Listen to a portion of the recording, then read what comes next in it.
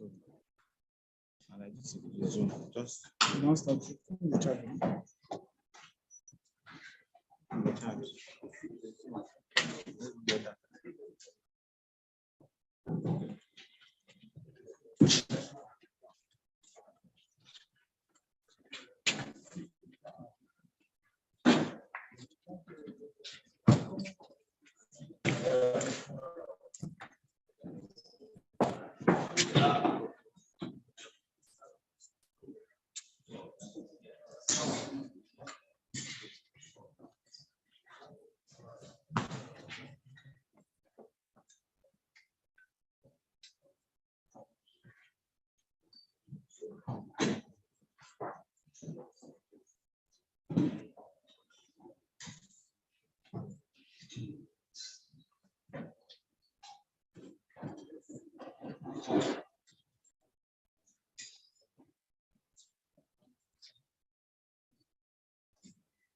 All right. Ladies and gentlemen, we have another great personality in the house. We will just quickly be introducing our champion to this side of the table.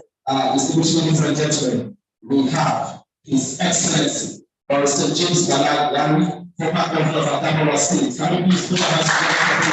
Let's give a hand to the woman of the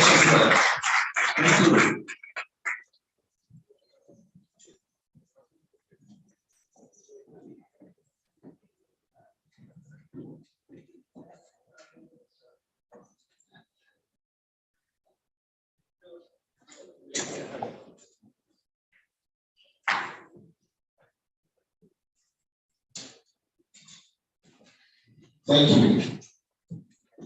Thank you.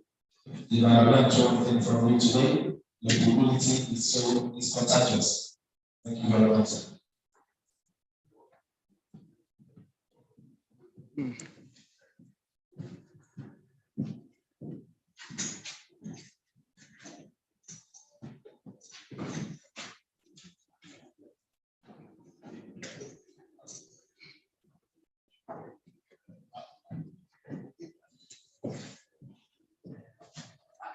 Distinguished ladies and gentlemen, I believe the studio is ready. We will just rise up and soon take the national anthem. National anthem towards recognizing our great nation. It's a nation that we live in. It's a nation that we know that we are steering towards a better future. Distinguished ladies and gentlemen, the national anthem as the studio process. Thank you.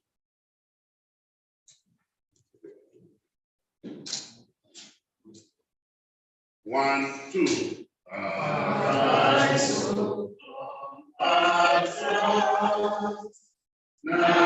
Nigeria's all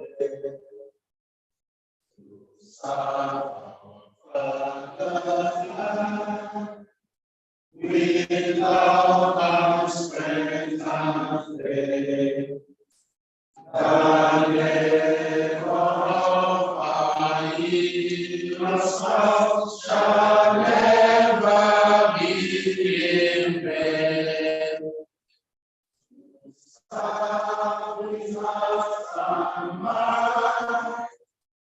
One day shall be free, Lord, peace and unity. Thank you very much. Remain seated. I want to, His Excellency, thank you for that comedy. Not worry for the student to give us a national anthem. He said, "Want to," and we did it. This prompt response to issues, crisis management is one thing he's known for, and this characterized his leadership while he was the governor. Thank you very much, sir. We appreciate you. Distinguished ladies and gentlemen, this event has chosen an aspect of nation building, and which is leadership and governance. This is key to the success of progress of any nation, and it is leadership and natural resources management. Any nation to be great, the resources must be surely duly managed. That is why we know that today we are living and heading towards another greater time to having a better future and a better personal life. Thank you very much. We move straight to the next item in our program. I will begin so we were talking because I know that we don't. Thank you. Ladies and gentlemen, permitting to welcome our guests to the table. We already have seated His Excellency Dr. Mahazu Obadiba, new CEO of the state. Also have His Excellency former governor of Adamawa State. Distinguished ladies and gentlemen, let's also have, I think, also the Reverend Dr. Lawali Yusuf, FCILG, Director of International Relations.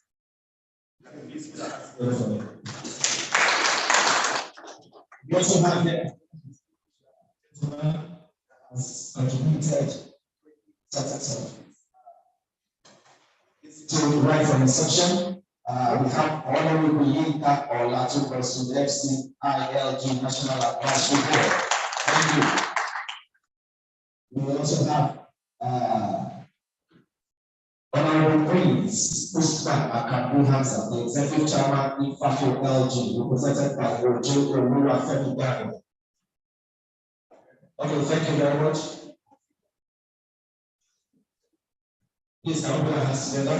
We have also the guest speaker, Dr. Samuel Owokoyo, FCILQ, Distinguished Gentlemen, welcome, sir.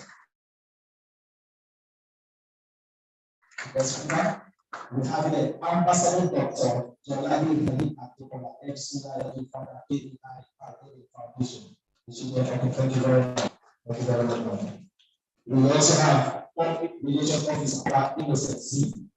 ACILG.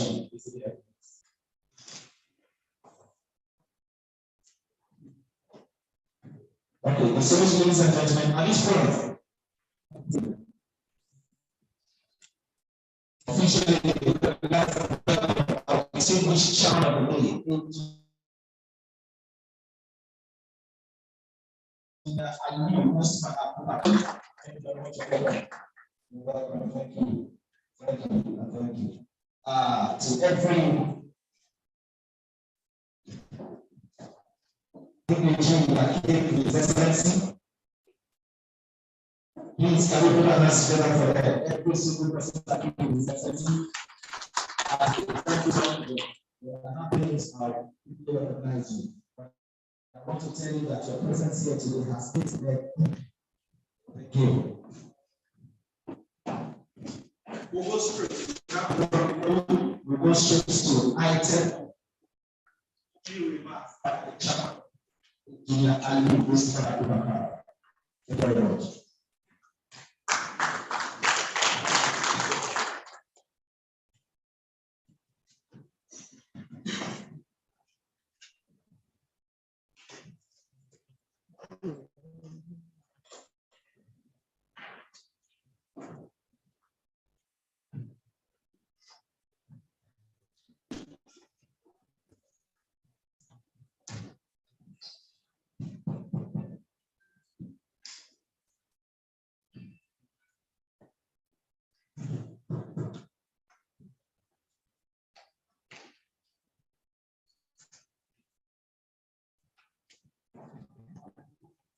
I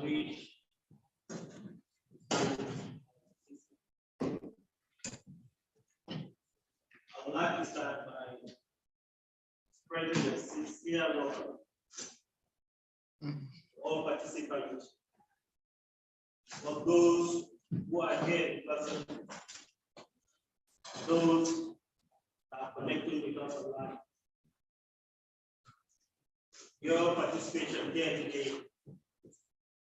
reflects further your knowledge of the significance of the event, your support for the expansion. We are extremely happy that you could I appreciate the kind invitation. It is an honor to sign over the 8th induction started with leadership. Some of you will be inducted as Doctor of Fellows, members of this community. While others get award their achievements, making it a meaningful and memorable day of life. I'm excited that you share in my excitement. The theme of this education is leadership and Nigeria is self-management. Nigeria is a country with a population of over 200 million people and an area of 923,768 square meters. These are countries with vast natural resources and a rich and diverse culture. But Nigeria also faces a number of challenges. The country is plagued by corruption, poverty, and insecurity. Leadership is the key to overcoming these challenges and ensure a better future for Nigerians. Leaders have a responsibility to ensure that resources are managed responsibly and sustainably. This means that leaders must ensure that resources are managed in a way that meets the needs of the present without compromising the ability of future generations to meet their own needs. Leaders must ensure that resources are used in an equitable way, that the benefit of the resources used are shared fairly, and that resources are managed in a way that is environmentally sustainable. Leaders need to ensure that resources are used in an efficient and effective manner. They must ensure that resources are not wasted and are used to generate economic growth and development. Leaders must ensure that resources are managed in a transparent and accountable manner. I want to speak especially to awardees and inductees. Those of you who will be admitted today need to consider it an enormous honor and a reason to be proud. You have a responsibility to lead by example. Good leaders use power to empower the powerless. Bad leaders use power to empower the powerful while oppressing the powerless. Something we're seeing more these days. To lead is to serve. Good leader is not someone who exerts a lot of influence without producing much in return, since leadership is about serving others. Effective leaders see the initiative, take the lead. They serve as examples of proper behavior. They act as a role model for others. Leadership is mostly about serving. You and I must strive to serve rather than expect to be served. This year is an excellent time to develop your own leadership style and to challenge the status quo. Being a leader entails a great deal of responsibility and dedication. Have a passion for the work and the ability to recharge and energize others. Good leaders earn respect and trust rather than force acceptance through fear or violence. Keep the channel of communication open and simple so that the people you are supervising feel comfortable sharing their opinions. Leadership is a high degree of accountability and responsibility. It is about listening to others, upholding the law, developing the democratic institution, and leaving a lasting legacy.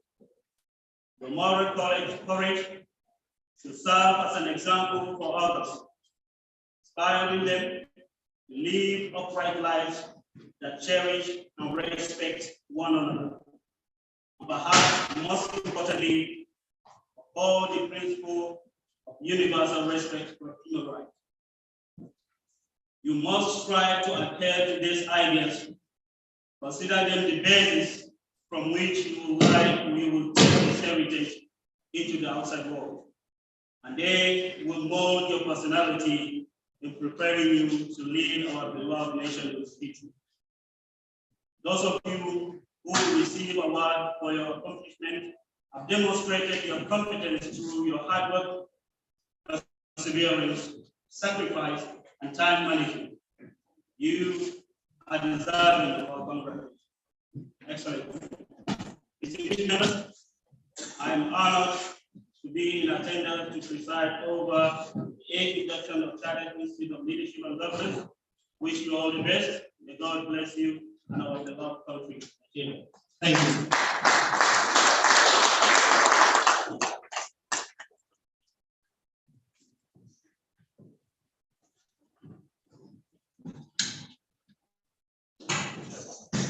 Thank you very much, Mr. Chairman. That speech is a speech that is very, very necessary and key for Nigeria. It's one more time.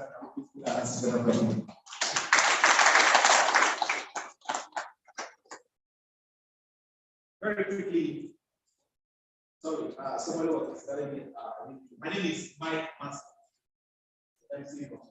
Mike Master, I'm the Mike Master, the chairman.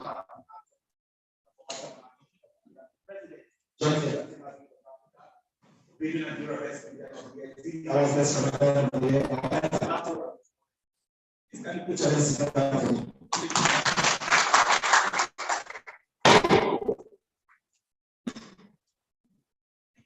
It is easy. But the time to remind ourselves now, if you hear this kind of noise, you check and be sure that ladies and gentlemen, we must listen to the welcome. We've taken the welcome address from the chairman, the welcome remarks from the chairman, we must to the welcome address by the regional director of the Shane. Thank you very much. I hope it's ready. Okay, thank you very much. It's something that has together for the studio and also put our hands together from the regional director as we watch these welcome address. Thank you very much.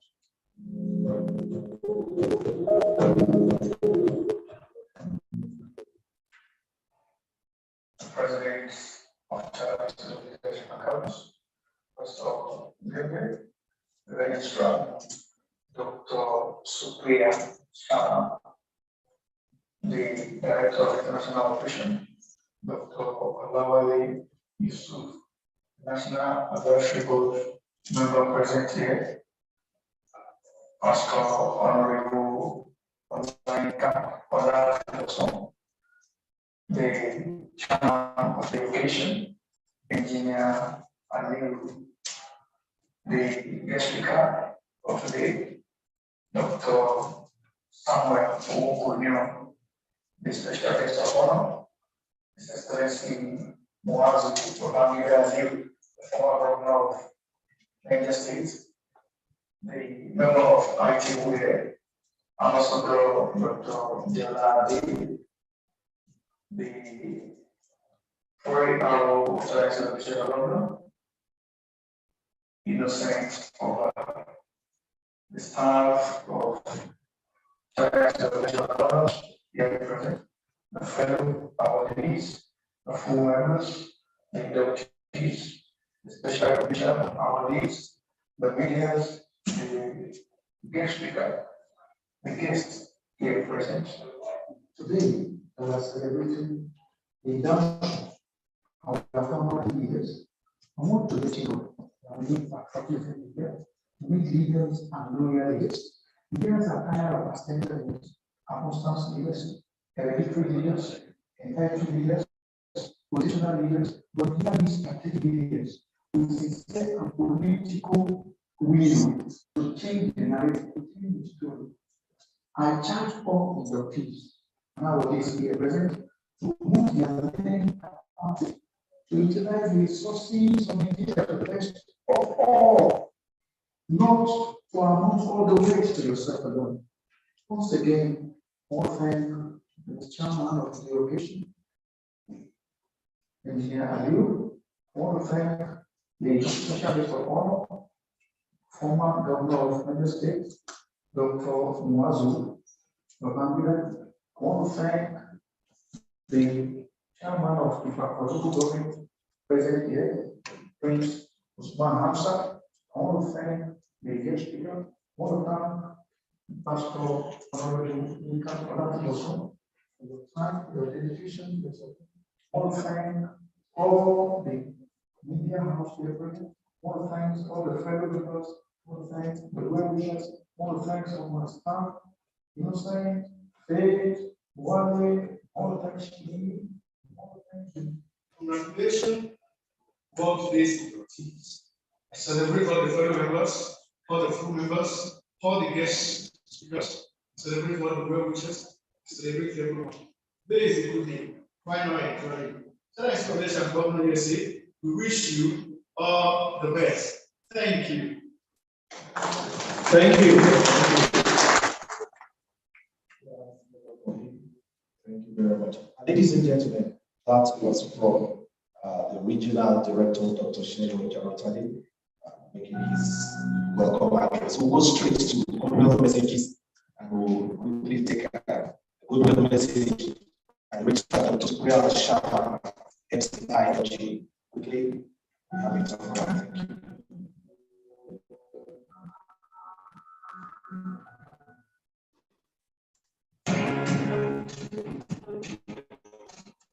Goodwill messages are all together, so that we support it. Good day. Privilege it is for me to be welcoming you at the Chartered Institute of Leadership and Governance Nigeria Chapter Induction.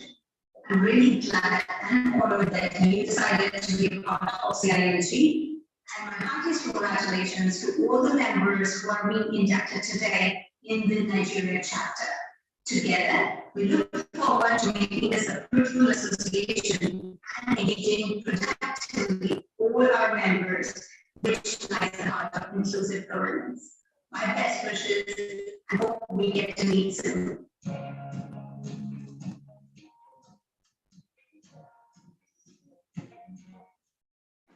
Dear Secretary and my colleagues in the Chartered Institute of Leadership and Governance, as a person, it gives me great pleasure to be with you at the induction of the Chartered Institute of Leadership and Governance in Nigeria. On behalf of the Chartered Institute of Leadership and Governance, I extend a warm wishes to all participants in this induction ceremony. I'm very grateful to address this event. I thank you, Mr. Henry, to welcome me to this great opportunity. The question of how to foster governance processes that one are more inclusive and representative, and two lead to development outcomes that are more broadly shared have emerged as a priority in international development, and for good reason. Over the long term, more often an inclusive states and societies tend to be more prosperous, effective, and resilient. Less clear, however, is how countries that today can be considered more inclusive go to where they are, and how states and societies across the developing world enforce more inclusive governance processes and in ways that also contribute to broad-based prosperity and well-being. This model identifies and understanding of systems, both in relation to other institutions and ideas in international development, and as a mission to ongoing debates on whether how inclusive governance might contribute more development outcomes. Specifically, this note finds that number one, inclusive governance has important intrinsic value that is inherently enabling people to exercise voice and influence in the process that concern them. Inclusive governance can also provide the basis for discharge.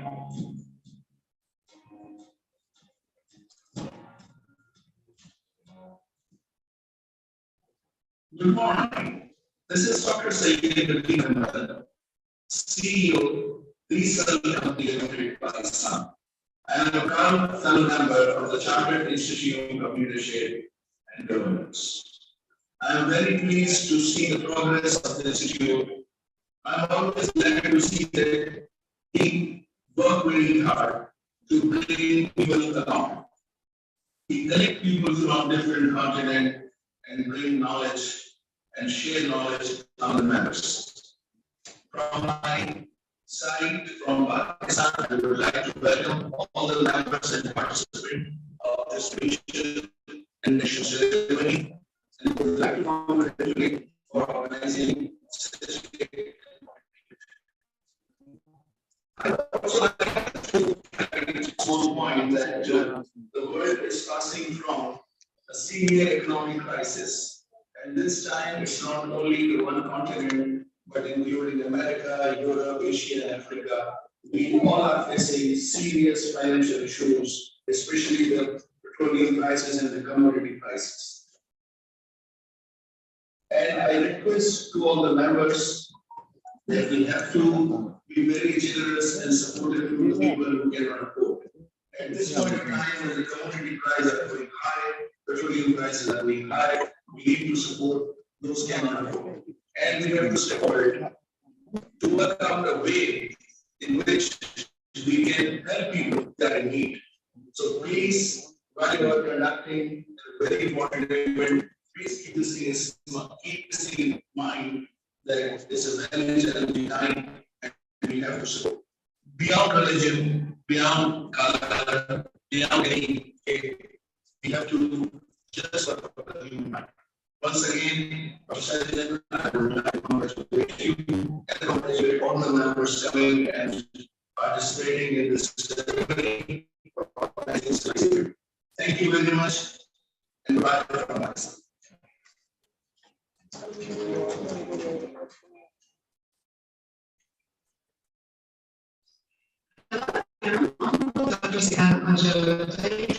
And all my dears and directors.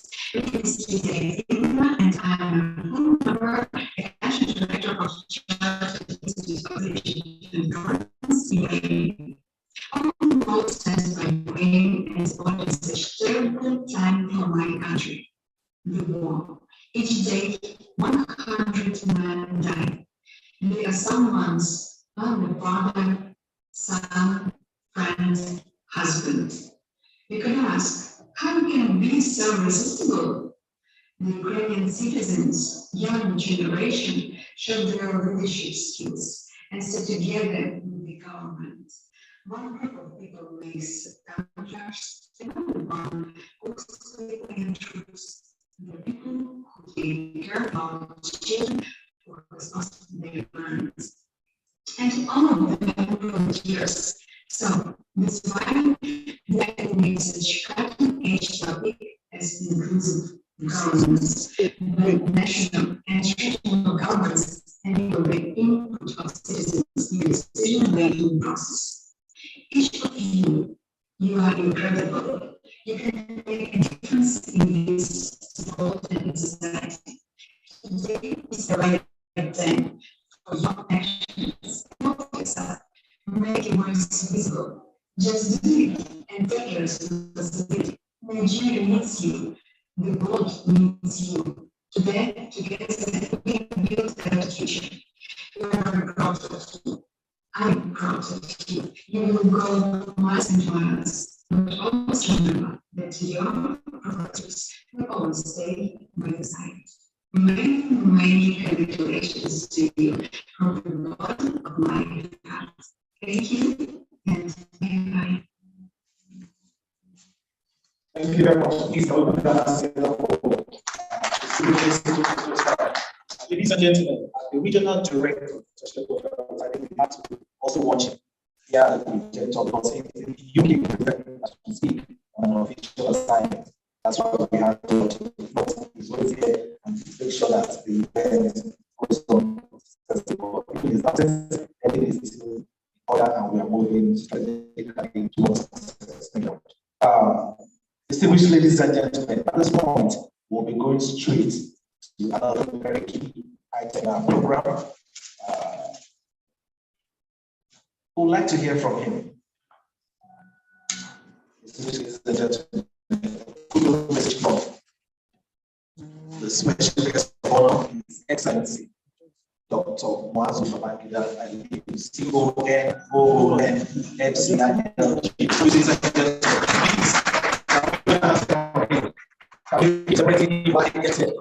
thank you.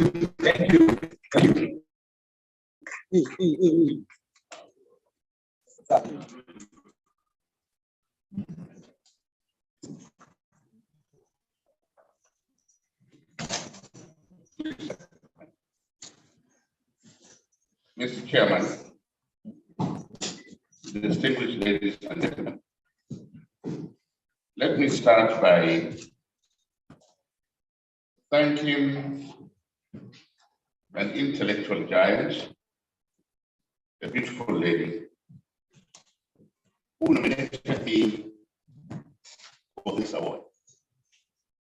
And I accepted because there was no budget for it. When I was the governor, all these newspaper awards that you see and other awards, they normally come with a huge budget. At the end of the day, it's like you're chasing the award. It's not a recognition of what you have done. Indeed, after you have given all those money that they ask for, they still ask you to pay for the table, and they will want you to pay the highest table. So that at the end, in most cases, you may have to pay for between 10, 20 million to have an award. And from that time, I never wanted any award, particularly from institutions that have no right to judge me. But in this case, and being a student of leadership, I have always wanted a recognition from the field. If perchance you become a leader, more concerned with the group of people that are leading. You're more concerned by whether you like or not to lead by people. And it's how they feel or they felt about you that becomes so important. People forget all material, they forget all that you have done. But the way you make them feel is very important indeed. And they can only feel good when you do good. So therefore, and given the theme of today, Nigeria, which is our most important resource, for me, it is the population. But the population as a number is not enough. It has to be quality population. In a country where you have less than 10 to 15% of those who have gone to school or educated, in brackets, I think says what we need more.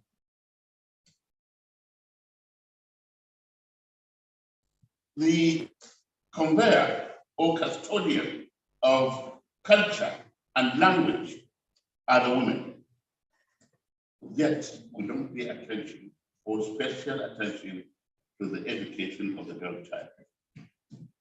When you have an educated girl child, you are likely to have good quality population because the first 7 years of your life are normally regulated, particularly in our culture, by the mother. And an educated mother will know what to do, how to prepare the child for the future.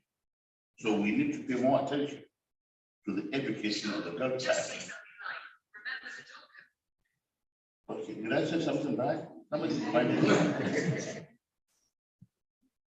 But again, the next one is the land that we have, which is arable. In fact, the highest employer of labor in this country is the farm. And yet, we are still at the stage of subsistence farming. That is not nice. We need to mechanize. We need to ensure that not only do we feed Nigerians, but that we're in a position to export food outside Nigeria. Imagine, if not for the war between Russia and Ukraine, many of us did not know the importance of Ukraine in terms of grain production. Until this war, all I knew about is that I have sponsored so many students, medical students especially, because they give education very cheaply. So I took Ukraine and sent so many students to read medicine there, and many of them have come back. I didn't know about the agricultural output of that country until this war. And because the food is so important, that the world forgot the fighting and negotiated for Ukraine to still export its grain outside the world. So we need to pay attention to our agriculture, not this policy that people make and then at the end of the day is never implemented. In fact, I've seen about 2 governments in Nigeria that have turned agriculture into the most corrupt ministry in this country. Mineral resources. We know many states that have been adjudged to have mineral resources on the ground. But up to today, we have not had a policy that will encourage people to bring out the thing for us to even know what is the quantum of what is being produced annually. You have more of illegal miners. And even the banditry that we hear in Zamfara and now virtually in the north, they were caused more by the mining of gold. Many a times, those illegal miners discover a gold in a village, and instead of negotiating, they will go and make sure that the village is sent out so that they can mine their gold. We need to understand some of the problems that we are having. Boko Haram was not an indigenous religious thing. It was more or less something that was concocted because of the mineral resources, particularly uranium, that was found in Niger Republic, but assumed it must be there in the northeast. And Boko Haram was brought so that nobody or the government would not know or would not have the time to have a policy in place to checkmate those who want uranium more. Petroleum. Many of you have seen from what OPEC has given us, 2.1 million barrels per day. There was time, the past 3 months, that we produced or we got only 600,000 barrels a day. What's happening? Is it that government does not know those who are stealing the oil? Is it that government does not know who are the bankers? I just saw yesterday in the newspaper that the government set up a committee to look at this, to find out the thieves. I believe you don't need a committee if you have all these investigative institutions that we have. By now, somebody somewhere has all the records of those who are stealing our oil. And if we don't produce, the poverty level that we're going under, apart from bad leadership that we have produced, is also the result, and this will become like a vicious cycle. Because so long as people feel threatened, you cannot talk to them about corruption, because they want to secure their own lives to the detriment of the larger population. So we must do something, and we have a chance to do when the time comes. If you look at all this put together, we need an election that is not only peaceful, but that is qualitative, and that we have been able to sit down and say, this is what we want. Unfortunately, there were two cultures that we have developed, particularly the civilian one, will make it difficult for us to produce what somebody here called strategic leadership. At the last primaries for the major parties, on the average, a delegate left the primary ground with more than $45,000. The corruption is not only in collecting the money, but the corruption in knowing that only one person will emerge when you collect from all the candidates.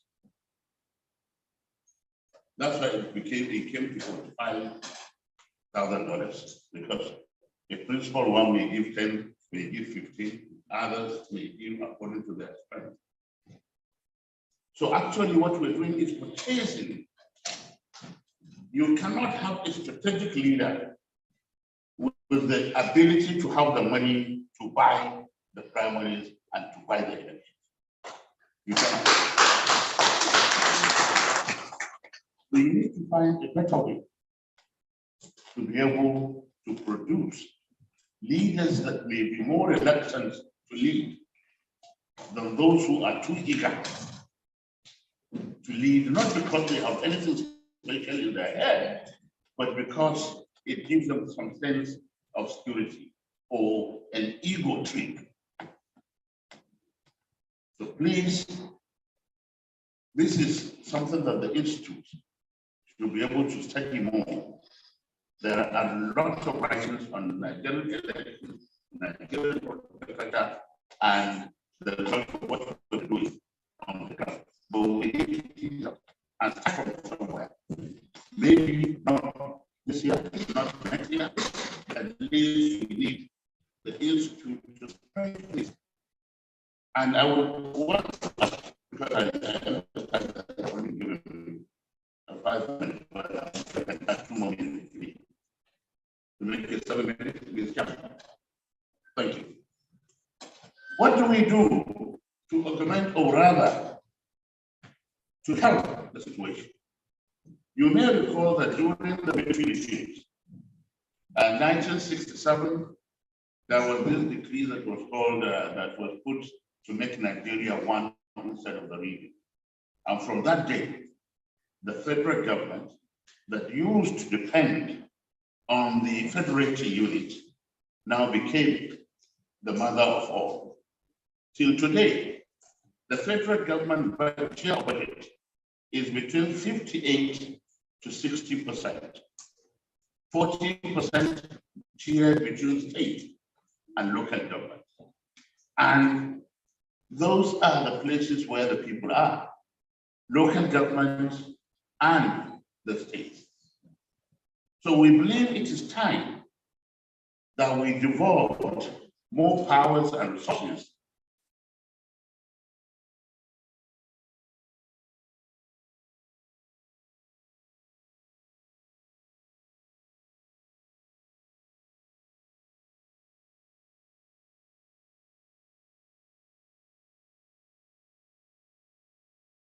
to what we call ward development projects.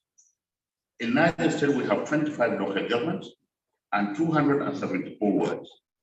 But during the campaign, I discovered that virtually most of the wards, they will complain lack of government presence, and some of them will even say that they have never had any government official visit their area until that time of campaign.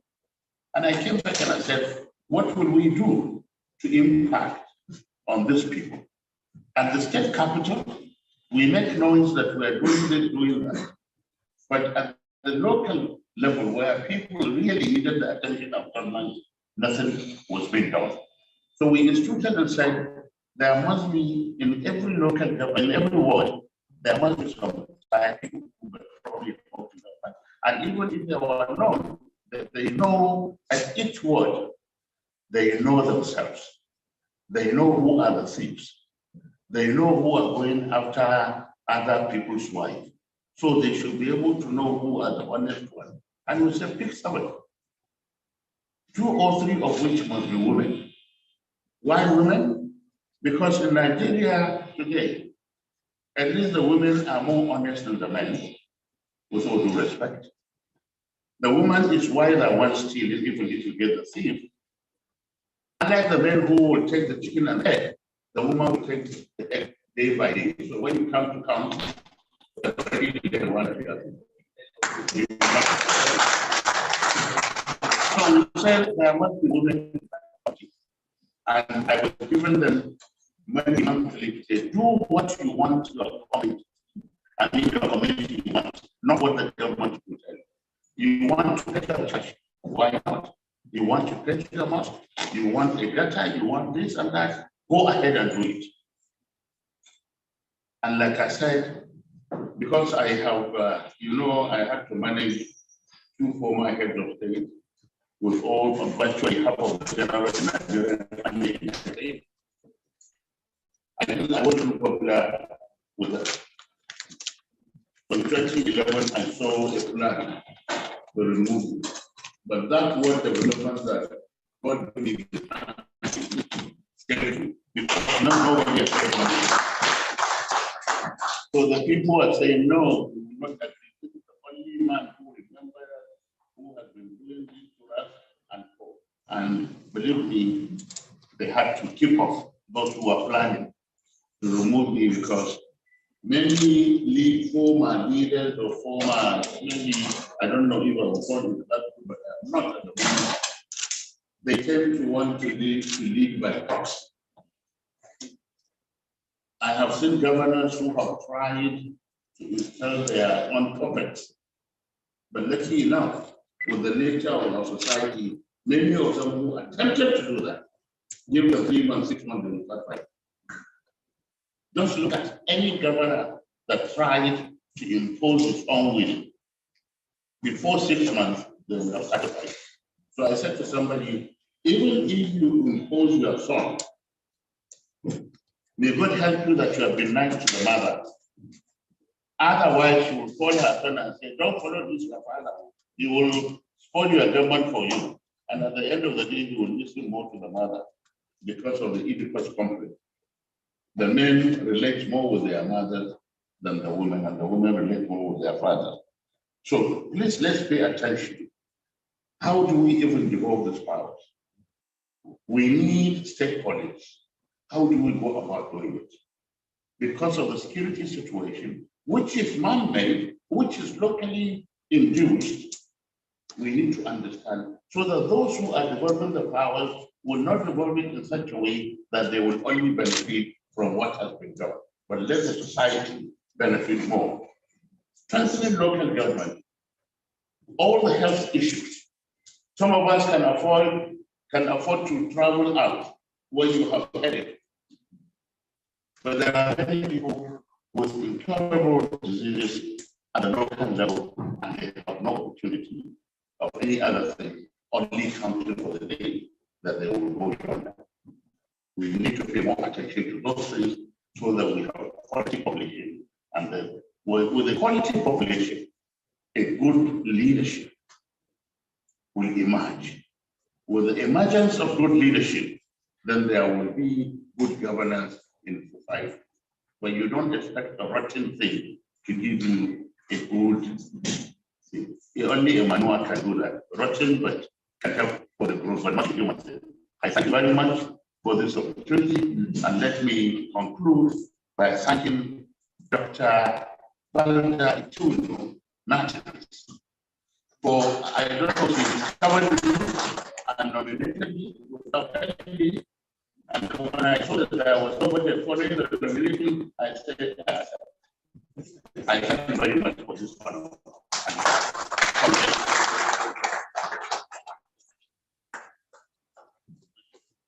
Thank you very much. Please, can we just put our hands together? Thank you. Thank you. Thank you. That's all. Don't forget for an award and maybe my experience for one and all that. award is given to you that deserve it. That's why this institute is joining us the best to Nigeria all over the world.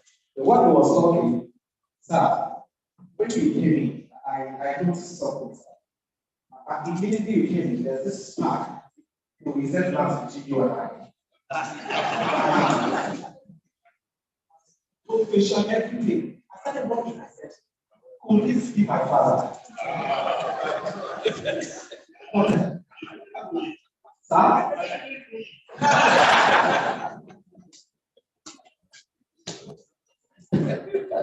You know,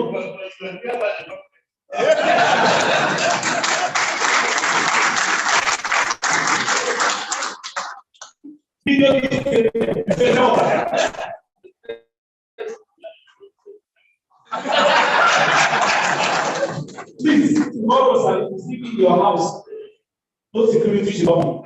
Thank you very much. When he was talking to us, someone resembled us. He said, you know, something that happened to him. He said, that when he was governor, some people wanted to bully, or people said no to be sincere. When I was trying to they said, it happened to me. Let's do it. I said, no, we can't do it. Let's do it. It was fatherly to something. Yes. Thank you very much, sir, for that speech. Really, really appreciate it. There's something, a quote I picked, and I'm going to be posting it on all my social media platforms today. There, we must protect leaders that should be reluctant to lead, not those that are eager to lead because they want to get something. Come on, sir. And I don't Thank you. We're moving straight to the next item because of our time. I will be by another person. Okay, before then, Honorable Oluwafemi Ojo, Special Advisor, Partnership and Innovation to the Executive Chairman of Falco Local Government. You're welcome, sir. Thank you very much. Please, let's welcome to the microphone just for a few minutes, 5 minutes about for him to make a speech. His Excellency Barrister James Ipada, former governor of Adamawa State. Please, can you just come forward, just briefly, just a few minutes. Thank you very much.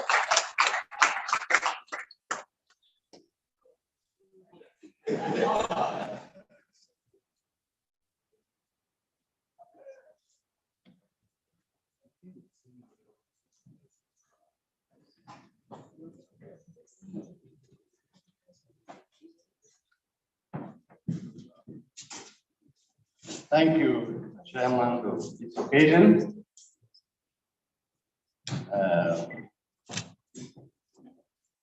Invited guests, ladies and gentlemen, I'm really taken aback because the inductee is a relation of mine, so we are the ones who should be inviting and welcoming you. But be that as it may, let me say one or two things. I thank Chief Servant for honoring us by giving us the speech he has just given.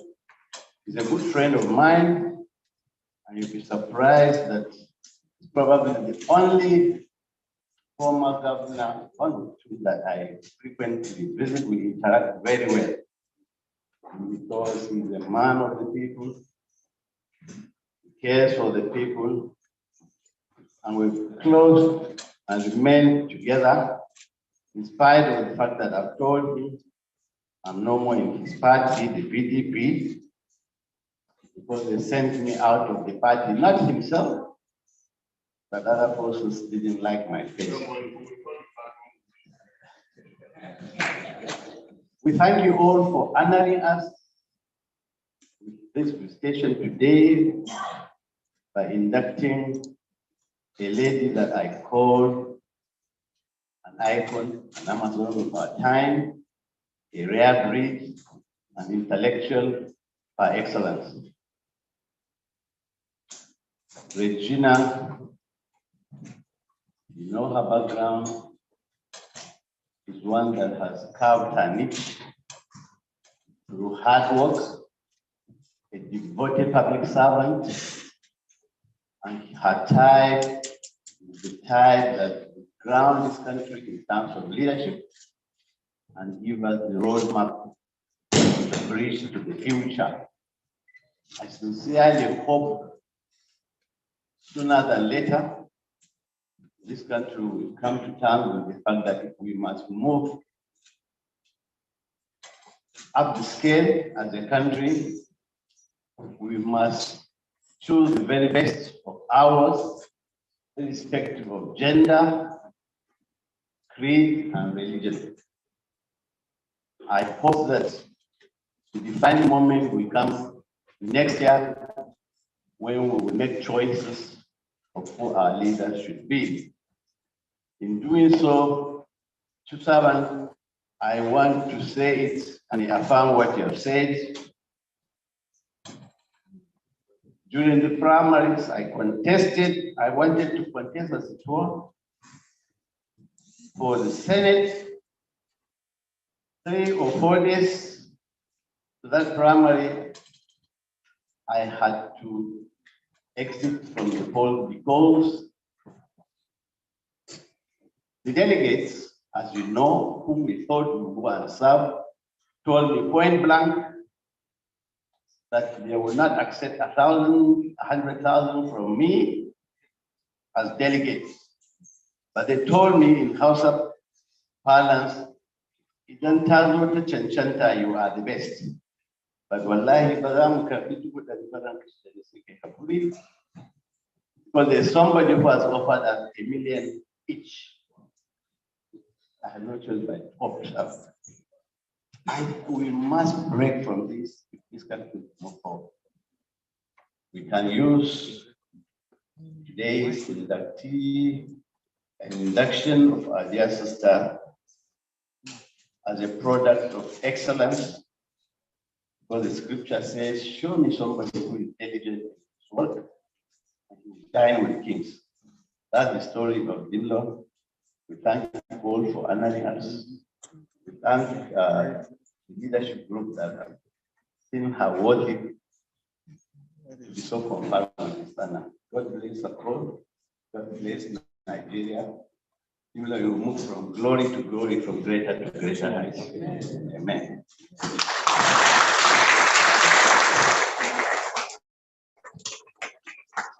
Thank you very much. Thank you very much. Moving from glory to glory, moving to greater heights. Key words. Thank you very much. I believe that will surely come to pass. Thank you. Thank you.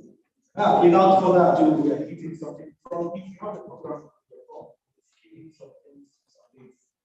Yeah, so because my father has something to do somewhere. Yes, I lost my father 4 years ago.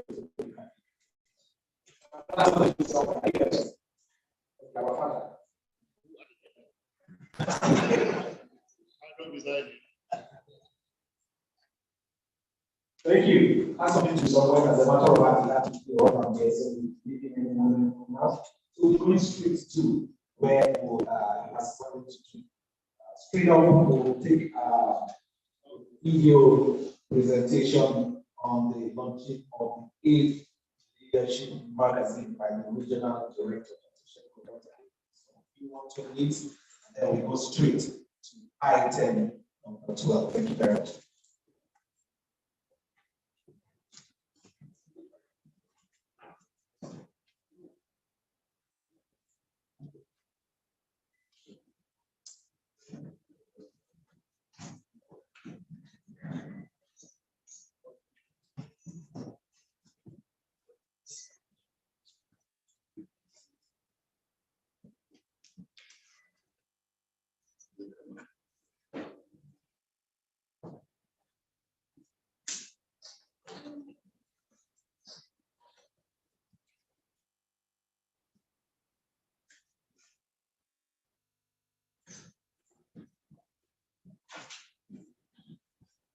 There's something I usually do in most occasions that I come. It's just okay, while we're waiting for the studio, we don't have all the time. Just watch this. While we're waiting for the studio, talk to your neighbor, say neighbor. Say neighbor. Say neighbor. Neighbor. You're looking wonderful. Talk to another neighbor, say neighbor. Neighbor. You're looking beautiful. Okay, lift up your phone. Carry your phone like this. Carry your phone like this. Okay? All right. Just give your phone to your neighbor and connect to the phone. No! Not be forever. I just want to do something. Just. You know why? Because I thought you are connecting from you. Because you want to do something Have you exchanged your phone? Give your phone to your neighbor, connect your phone. Have you done that? Do that quickly. Okay, do that quickly. Lift up the phone, say neighbor. Say neighbor. Say neighbor. From this moment, this is your phone. Not my own. How you feel? How looking like? How the phone looking like? This is Induction. Bring it up. Are you ready?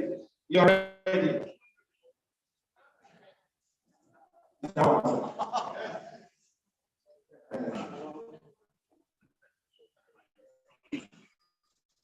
Activity. I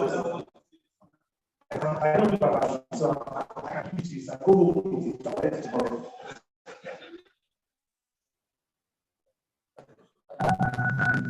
I'm a good child. Some of you cannot take your phone to your father because that day they might be suing you. Ladies and gentlemen, the project stop and the video of Dr. Shepherd Karatale. Thank you.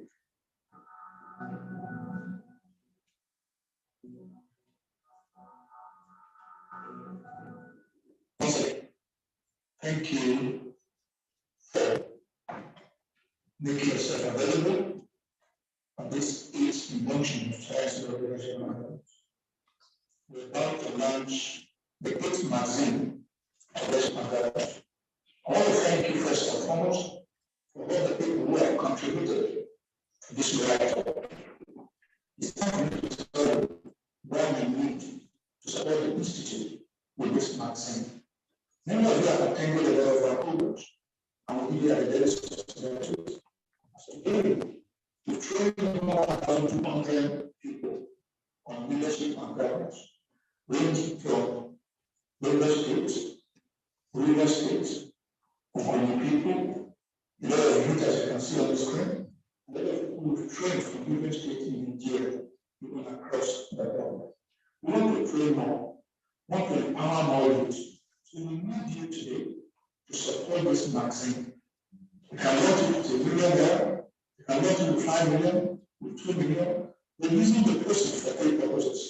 Number one, to train more people on leadership and governance. Number two, to produce more of this magazine. We only have a few magazines left today. Number three, to empower more people and to strengthen our capacity network nationwide. So to honor those people who've given recognition honor, His Excellency Dr. Abuja, Pastor Elisha, Prince Usman Kadi, the local government chairman of the local government, Lagos State, Ambassador Jera, and then Mr. Peter, they can still do more. Like the story, Jemima, I want to invite you, Dr. Dara, Dr. Edasa, Ms. Azubiki, Wiki, Atiku Abubakar, Angela, Ada, Mother, Miss Mary, Prince, Ibrahim, Kandi, Daniel, and now Ezekiel, all of you are in the first way.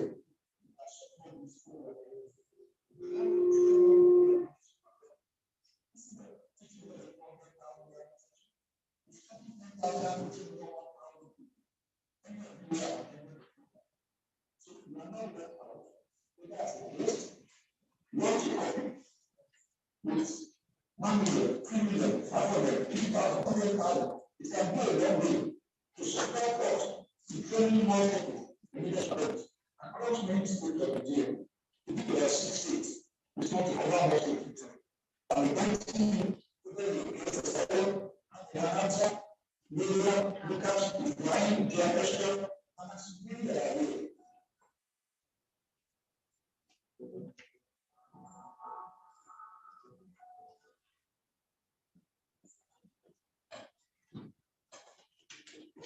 you very much.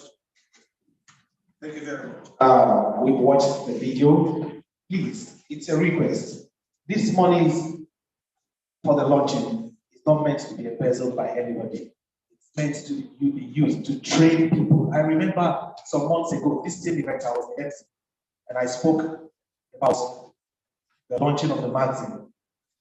Over 1,000 youth were trained, not just in Abuja alone, in so many other states within the country. Empowerment programs have been done by this institute.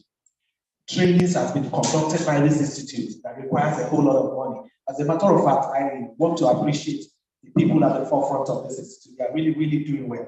And they are not that money, you know, they don't drive after money so much. They try to use the little they have to impact the nation and the people, especially the youth, women, and children.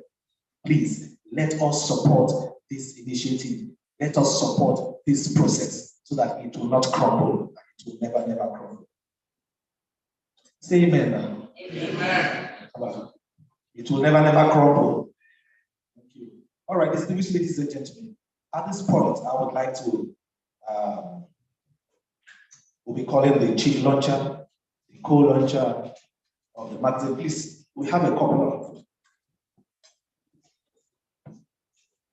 If you look at this magazine too, it was printed with money. A whole lot has gone into this, putting this event together and so many other things. Money was not raised from anywhere, borrowing was not done from anywhere, but we believe that the people, the good people we have here that believe in the destiny of children and youth will do what? Support, a whole lot to support this event. Thank you very much.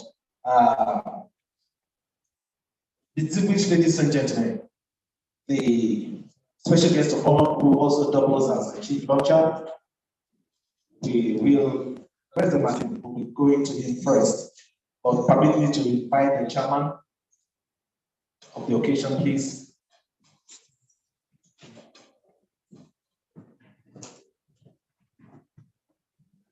Is it about me?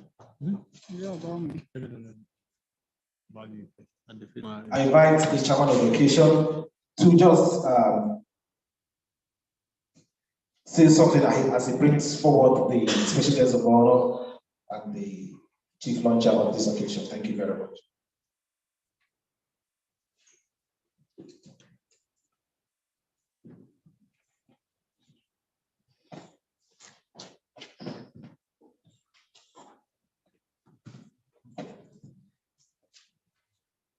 We appreciate you all being here today as we unveil the leadership and governance magazine. I want to express my gratitude to our special guest of honor for coming today, for their commitment. We all find inspiration in your leadership style. And we are very happy to have you here. Ladies and gentlemen, being a leader is not something that should be taken lightly. It calls for commitment and bravery. And I'm certain that everyone in this room is prepared to accept the task. Your respected presence will undoubtedly enhance the launch impact. And I anticipate your kind acceptance of the invitation. I would like to call on His Excellency Dr. Muazu Babaki Ali, CON, ON, former governor of the state, to serve of the magazine Chief Launcher. Thanks, Mr. Chairman. I attended one lunch, and the friend who invited me was a chief luncher. He was a chief luncher. And he stood up there and said he was buying 10 copies for 10 million naira. And I looked at him. I said, why will you get 10 million naira? He said, being chief luncher, you announce so that you encourage the people. I said, nah, lie. You encourage those you know are ready to encourage. So I will not encourage you today because I know the situation we're all in. But I do pray that nobody gets out of here without purchasing one copy or more. When was it the chairman who was speaking? He mentioned 300, 500, 1 million, 2 million, 5 million. So you see, it's a range. We are not expecting, but for those who will buy a copy, I think you should purchase it with a profit margin on top. I did not ask them how much it cost them to print a copy, but at least every one of us here should please go out with exactly a copy. For me, I will take 7 copies for 750,000 naira.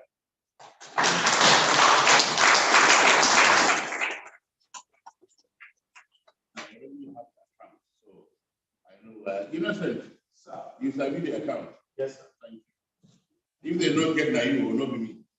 Yes, sir. Thank you very much. Well done.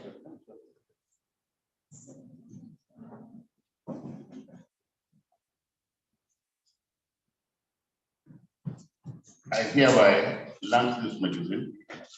It's not just the money making, but of the history making. Because again, I had somebody who said he was in one program that this institute organized. It is important that you keep the history. When I went to the House of Representatives in 1983, believe me, when I went to one village during the gubernatorial campaign, one old woman brought a picture from her, in fact, not a box, it was in a pot that she brought the picture. And it was myself, my wife, and at that time, I had 2 children. And I was looking for that picture everywhere to remember that I contested and won the election for 1983. So sometimes you have people who keep records that you will be looking for. And an institute is supposed to be a research institute. I thank you very much, and I commend you to please purchase at least a copy. Thank you.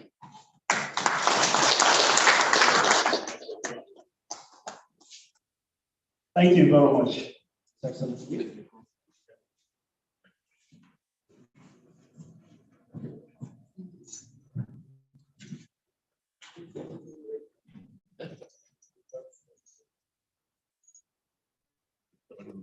I would like to call on His Excellency, Mr. Larry, the former governor, to be co-launcher with the excellence. You have to encourage us. Thank you.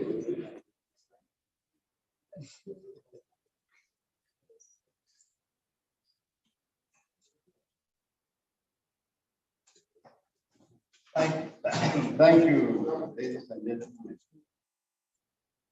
Let me tell you one secret. For 7.5 years, I was a deputy governor. The last 6 months, I divined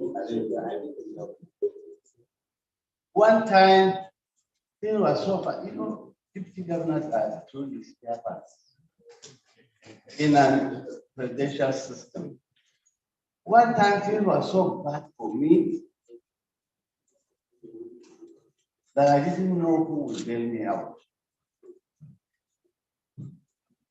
One day I phoned and discussed with Chief Servant on the phone.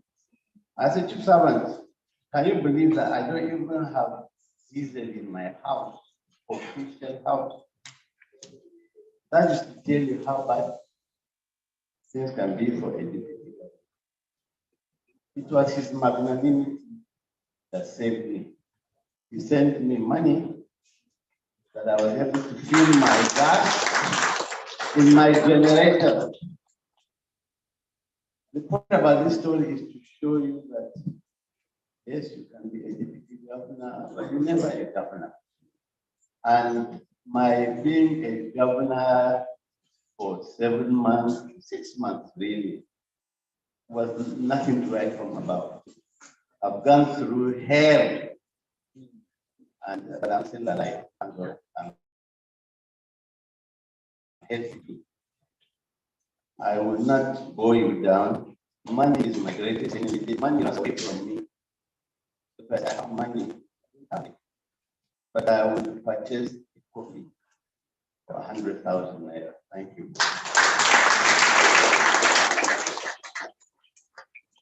Thank you very much. I'll try to send it by access back. Thank you very much. Thank you very much. I would like to also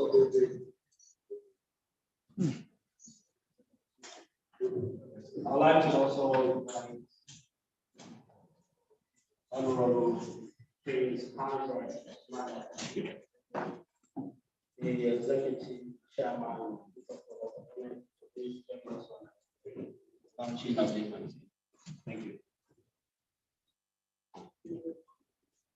Good morning, all. I want to restate that I'm representing my principal, my name is Olamide, Special Advisor, Partnerships and Innovation.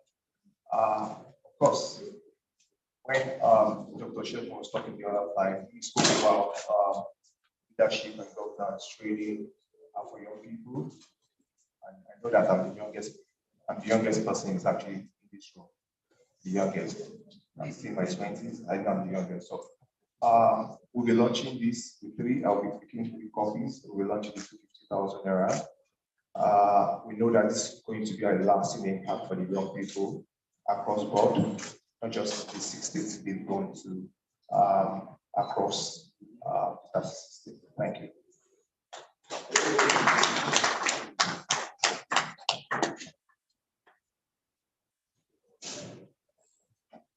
All right, ladies and gentlemen, the chairman has been calling people to come and launch. There is time for everything. It's on its own time now. Please launch it. Mr. Chairman, this is the microphone. The followers mimic what leaders do.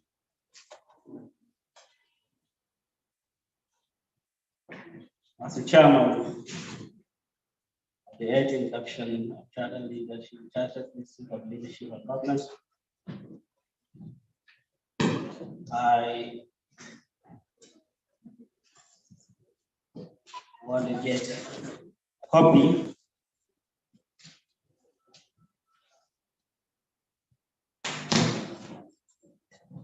for 1 million naira.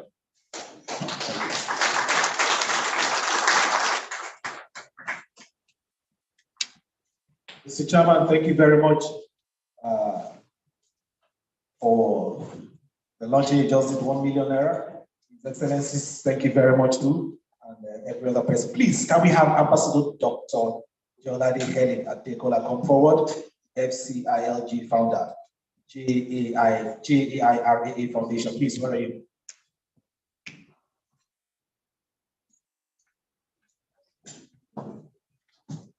Ambassador Dr. Jolade Helen Adekola, thank you.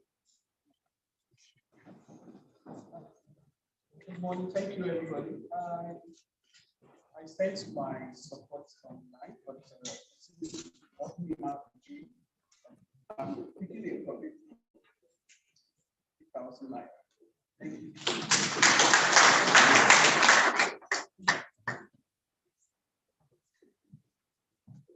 Okay, because of our time, we want to take every other dignitaries that came from United States that came with His Excellency.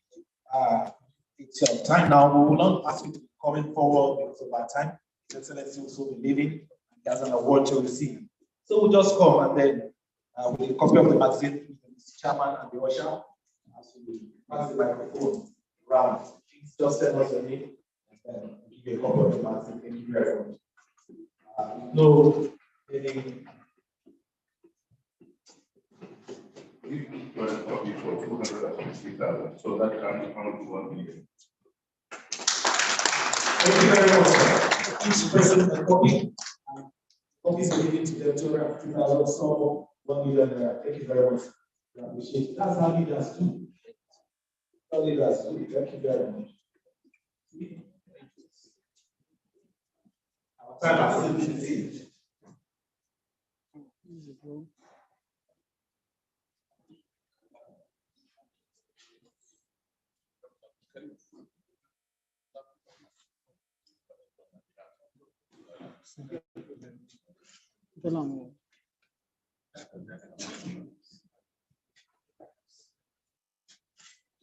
All right, very quickly, in the next 5 minutes, we should be done with this segment.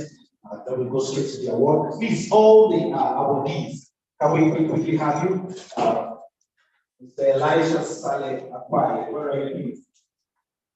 Awardees, okay? Please. They are special awardees. They're not just awardees, but special. I like that word special. Where's the ocean? Please come. When I call the name, you just go to this room, please.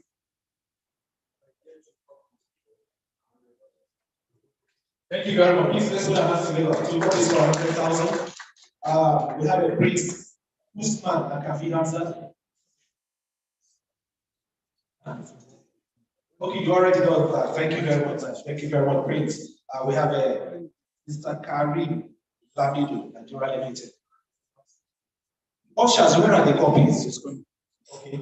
Mr. Karim Lamido, Nigeria Limited, where are you, please? Okay. Mr. Jola Adekola Initiative for Retired, Aging, and Aged. You already did. Thank you. You want to do it again? Please, there's a room for second chance. You have done for yourself, yeah. So, for the organization, it's possible. Nothing is impossible when it comes to this foundation. This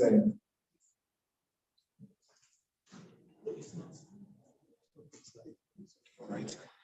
Thank you, Dr. Ofontajo Oludade Robertson. Okay. Alhaji Shehu Budu Galadima.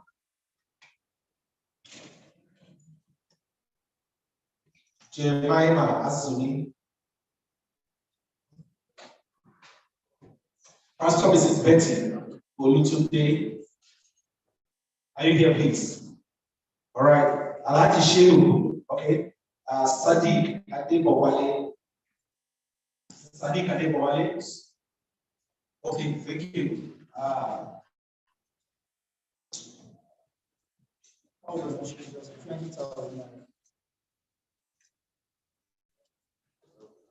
Please, can we put our hands together for him?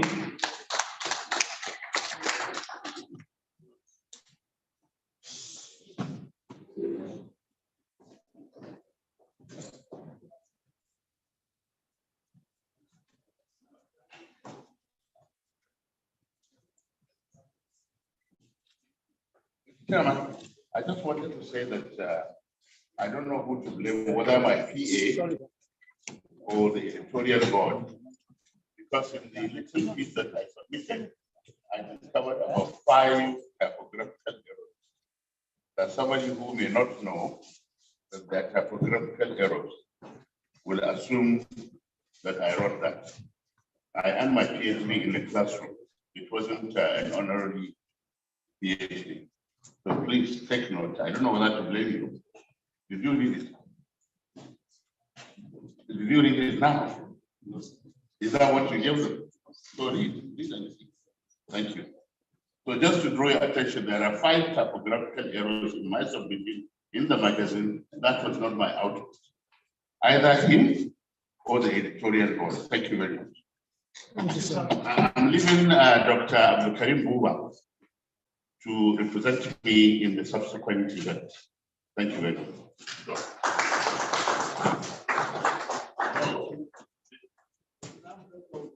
Okay, please, before we leave, we'll quickly present our award. Okay, thank you very much. What they come to come here? Sorry, they didn't come here, sir.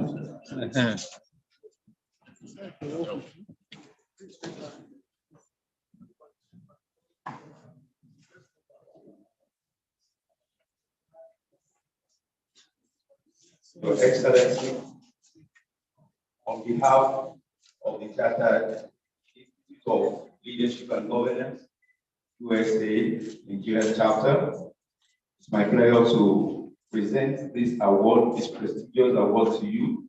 We are giving you an award of excellence in policies and governance.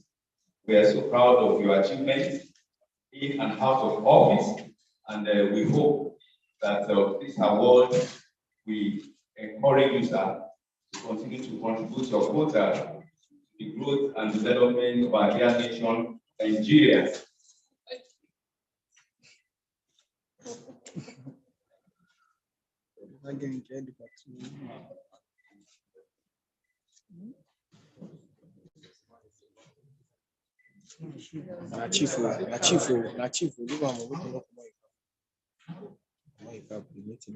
So on this day, 9th of December,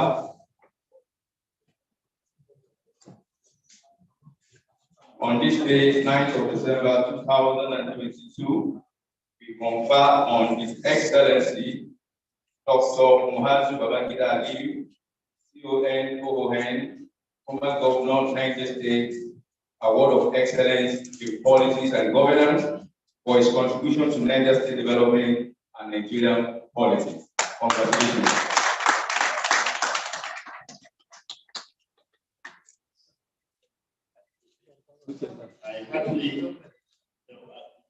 I heartily accept this award. Like I said, this is the first award that could be given to a person which is not a fortune award. But proudly say, I will talk about it anywhere I get a chance, because I will say the Chartered Institute of Leadership and Good Governance gave me, and they did without the budget before the award.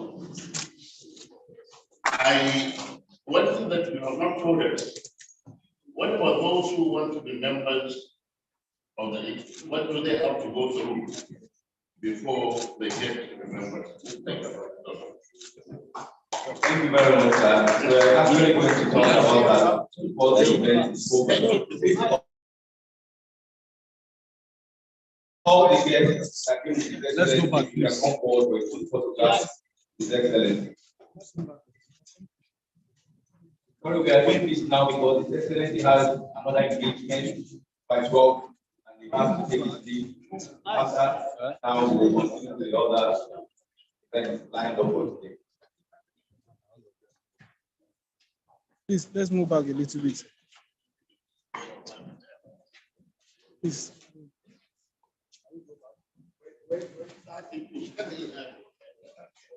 Please. Okay.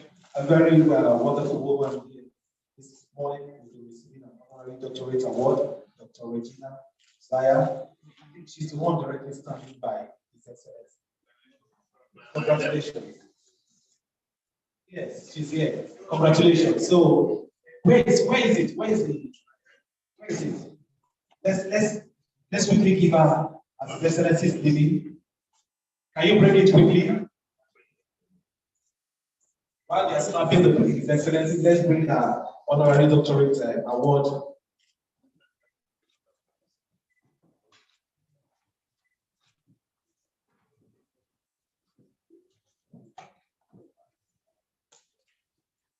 I think it is now it's not that the executives of the institute will be snapping with His Excellency.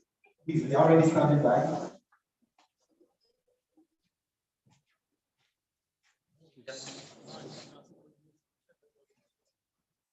Hello, please move back. Move back.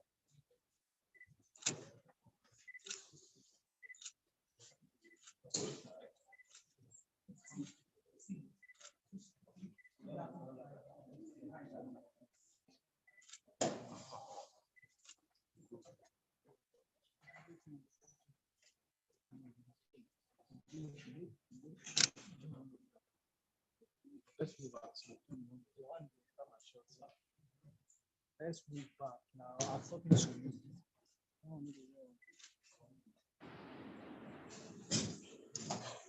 Move back when he's talking to you now. This is to certify that Regina Josiah Binglong has fulfilled all requirements to the honorary master degree of Doctor of Public Administration. The Senate of High School International University has awarded for meritorious recognition the person above the title by the principal of the university. In token whereof, the board has authorized the seal of the university to be here to our feet, dated this 6th of September 2022. Congratulations to you.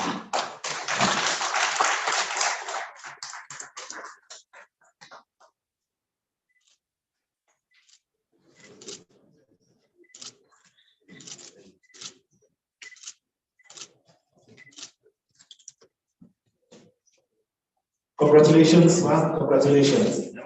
Congratulations. Congratulations, Your Excellency.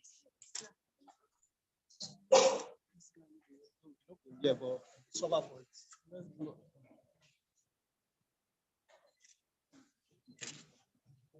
Open it. Okay. All right. Please. Okay.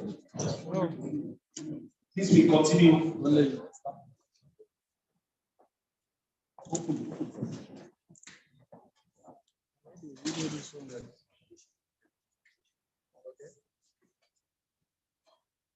We'll continue with the names we're calling earlier.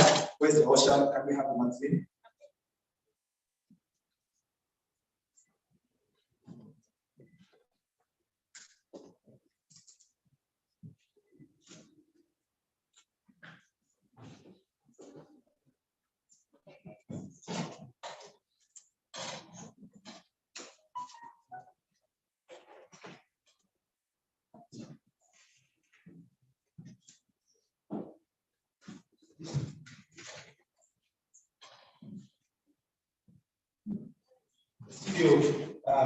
We can prepare our citation.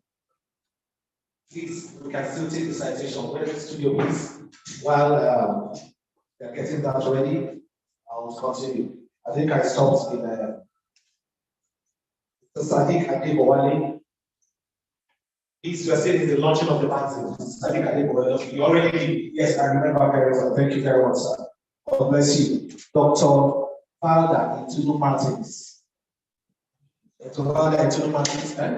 You, right? Oh. And I was looking through your video.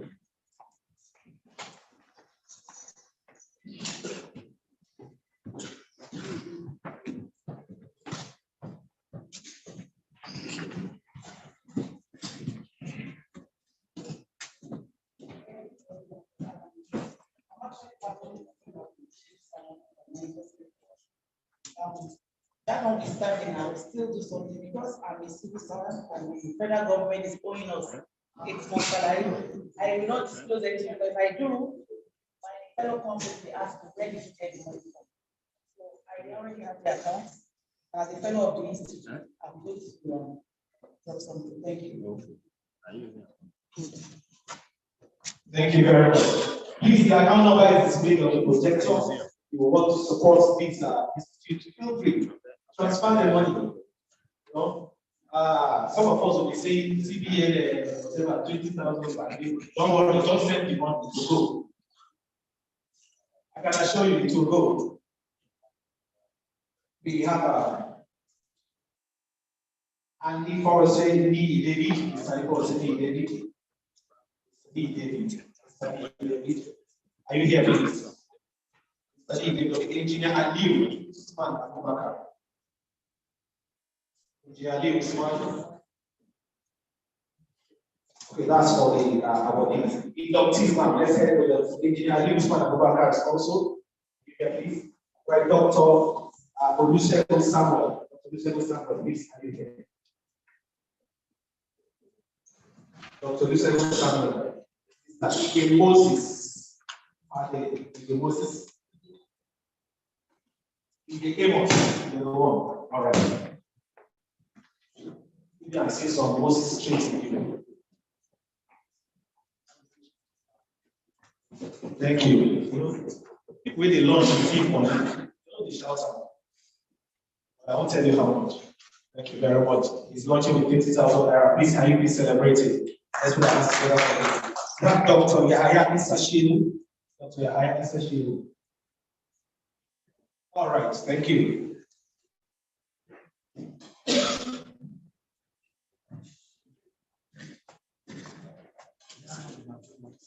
Okay, I will launch according to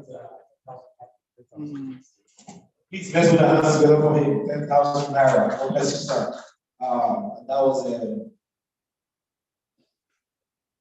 Dr. Yahaya Isashiru. Engineer John Bosco O. Engineer John Bosco O. Are you here, please? Engineer John Bosco? Okay, he's not. Mr. Dalhat Ladan. Thank you.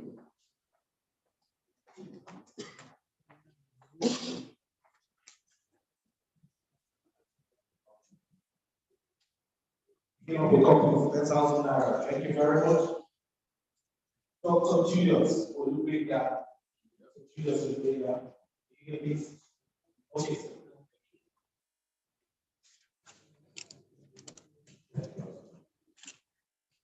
Thank you very much, sir. 10,000 naira. Dr. Julius Olugbega. Dr. Mrs. Bukola Ayeri. Dr. Mrs. Bukola Ayeri. Okay.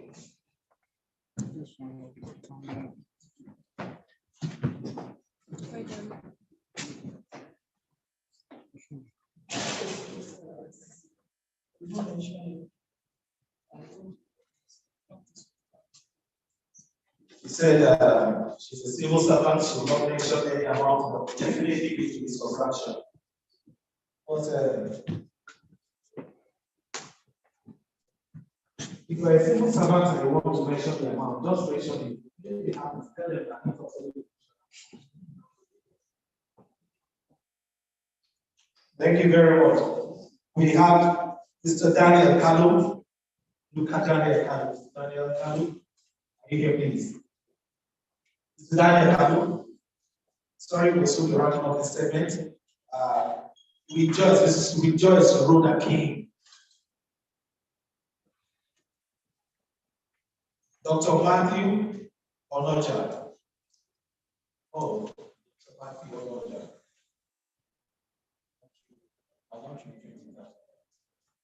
Thank you very much. Dr. Matthew Onoja is launching with 20,000 naira.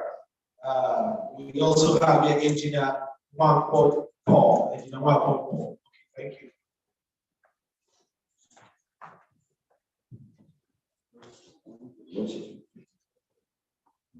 Engineer Mark Paul is launching with 20,000.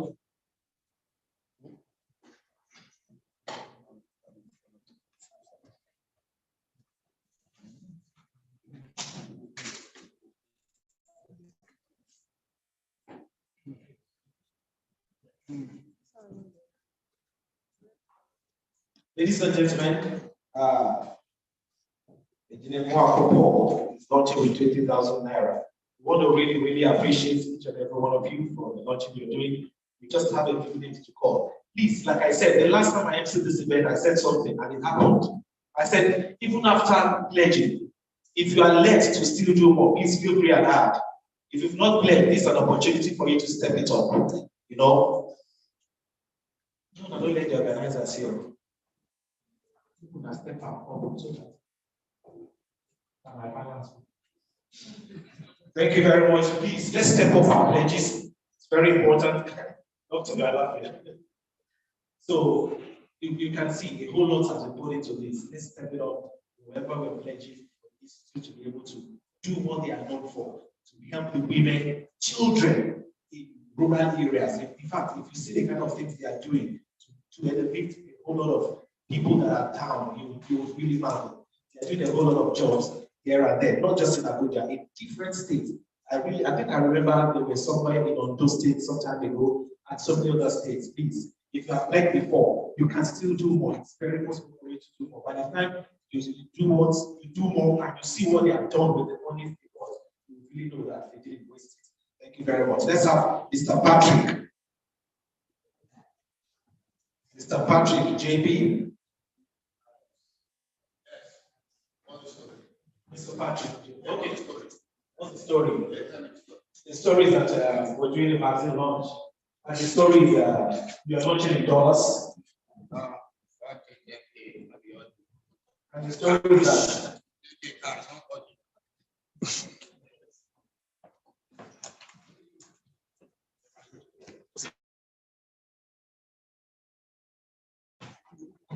I am launching with 10,000 naira Nigerian money in cash, not ordinary. Clap for me now. Say this one will be one we check or bounce. Ladies and gentlemen, thank you very much. We launched with 10,000 naira. We also have Mrs. Mera of BC, or not Mrs. Mera. Where are you, please, Mrs. Mera?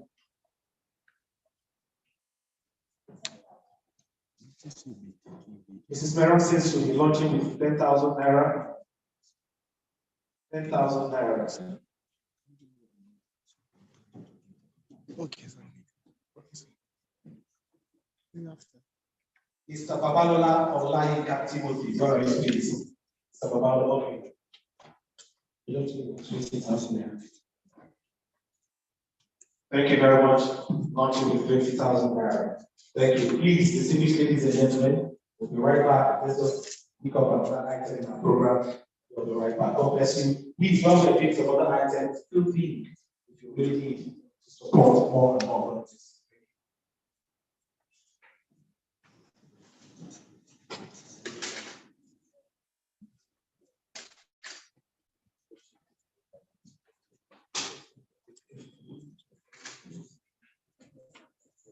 Distinguished ladies and gentlemen, Mr. Moses here is launching with a sum of 50,000 naira.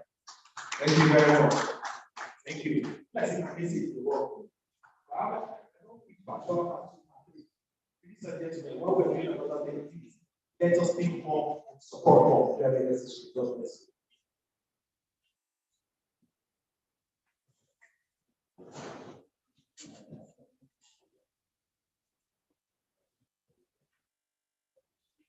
All right, the guest speaker has launched too. We appreciate you very much, sir.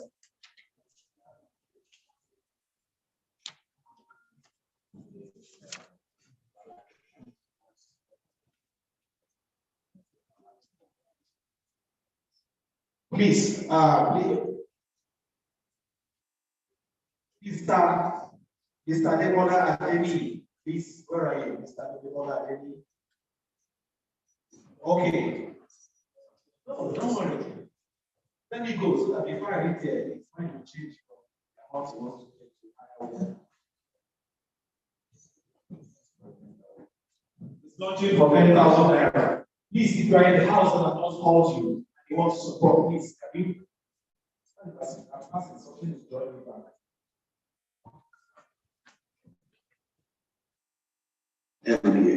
Ms. D, we have also attended, sir.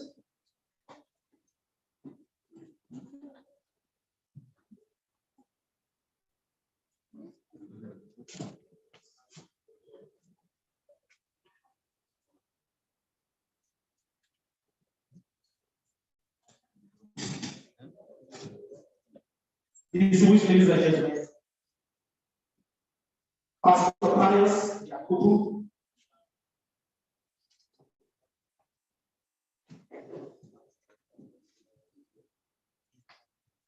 All right, Mr. Pius is launching with a sum of 20,000 naira.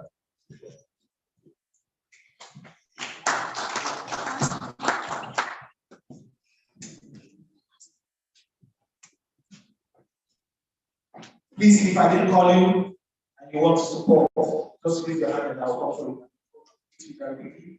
Before you say that, promising I'm starting in front of you.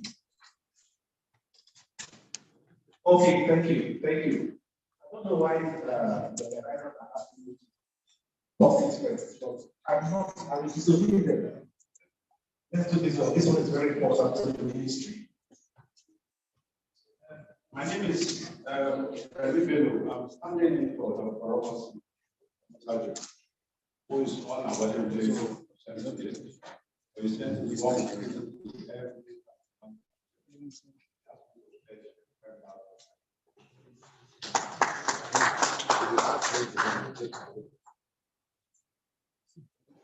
Dr. Roberts, thank you very much. 25,000 naira. Please, I'm not mentioning the name. And you want to support. No, I'm watching 20,000. What's the name? Daniel. Mr. Daniel is taking 20,000 naira. Daniel, please, the projector, the account number is on the projector, and if you also need a form, we can give you as well, so that you can fill it and the amount you're pledging. CILT pledge form. Please, and the ushers here. And the ushers here, please. You can give it to them so that they can fill it. Please, I want to pay us something. If you're pledging, help us to ensure you redeem your pledge.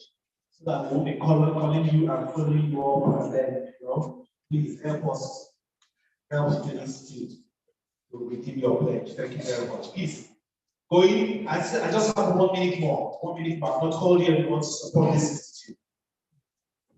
Thank you. Oh, God.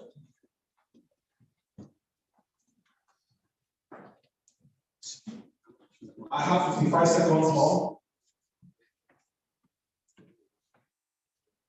My name is Dr. Mohammed Omar Dinaba, fellow of the institute. I'm watching the magazine with Launching the magazine with 30,000 naira. Thank you very much.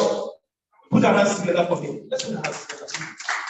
I have 50 seconds more. And when the 50 seconds elapses, even if you call me, I will not come.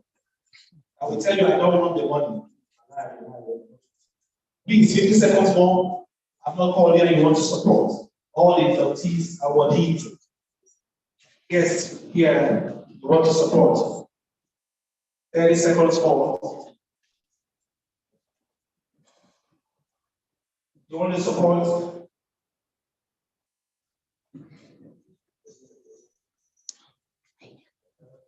Twenty seconds more. Studio, have you prepared? Okay, thank you. You want to support? 10 seconds more. 5 seconds. Yes, the launching of the magazine. Thank you. Oh, I feel like asking you to lead down. Let me prophesy for you. Won't I be asking for too much? Thank you very much, man. 100,000 naira again. This is the second. Okay, the third one. She gave online. She gave in her name just now, and she's giving again in her. Under Jaira. Thank you very much. 100,000 naira under Jaira again. Please, let's put our hands together for her. Thank you very much. I wanted to go. Something is telling me I should give you the mic so that you now give me my own name.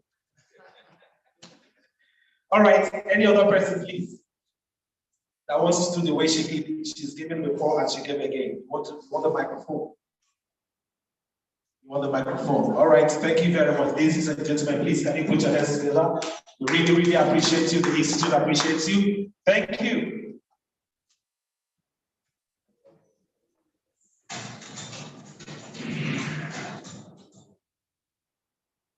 This mission decided to is a Buddhist woman that can relate to people back faster and avoid distinction Christians.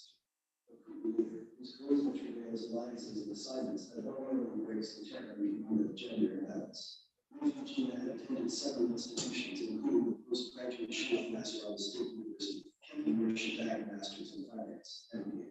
Regina also attended several professional training courses in molecular international levels. And I remark, the bank analysis and examinations of the global governance of the Federal Reserve, Systems Division of Banking Supervision, Washington, D.C., USA. Risk-based supervision course in conjunction with Office of Technical Assistant of the USA Department of Treasury. Financial statement analysis by Civil Solutions Academy, Lakers. Emotional intelligence, critical thinking and decision-making by NDI Creating strategy for competitive advantage by Lakers Business School. LBSP Human is versatile, highly skilled, group, a seasoned one strategy with the lengthiness of higher view, which is my request to egalitarian societies always with extraordinary passion. Ms. Dillon is not only a certified bank analyst and examiner with the NDIC, but was also a chartered member of the Nigerian Institute of Management, a fellow Institute of Corporate Administrators. In 2018, Ms. Regina Dillon was inducted by the US-based Chartered Institute of Leadership and Governance Albuquerque, New Mexico, USA, as well. She earned national recognition as a fellow of Nigerian Humanitarian Action Man in May 2022. A certified member of the Risk Management Association of Nigeria. Ronald, Ms. Dillon is a round peg and a round hole. Distinguished guests, ladies and gentlemen, the silent type of applause to give Regina Dillon is a strong activist and an advocate of egalitarian society who successfully championed the domestication of the Back-and Rape Act in Adamawa State, so far passed into law as of September 2021. That is not all. She is a strong advocate of the Child's Right Act currently in its late-reading phase at the Adamawa State House of Assembly. As a lady of immense influence, during her year's leadership as the diocesan president of the Catholic Girls Association of Nigeria Diocese, covering Borno, Northern Adamawa States, Regina brought people in the institution of the Catholic lady across the Northeast. The Nigerian Air Force named the street in the Snap Valley State, located in Asokoro, the hydra area of the Federal Capital Territory of Abuja, after her, called Regina Josiah Dillon Street, Snap Valley State, Asokoro, and FCT, Abuja. These spectacular recognitions have continued to spur the honor of doing well in her community and society by and large. She has donated furniture and assembly educational materials to schools and communities, providing medical equipment to help patients and communities with health amenities. Ladies and gentlemen, I definitely am privileged to present to you Ms. Regina Josiah Dillon for this auspicious global investiture of Ms. Regina Dillon with Dr. Honors Costa in Public Administration at the prestigious High-Stone International University in California, USA.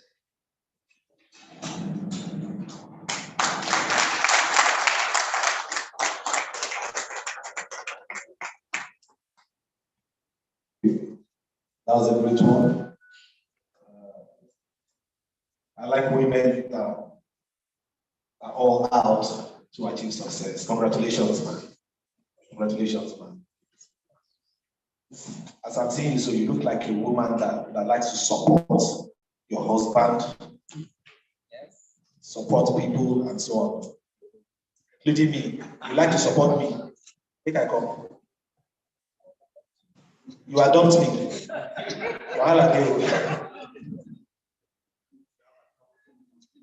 Okay, yeah, I have a father before. So now I have a mother. Please, can you put your hands together for me?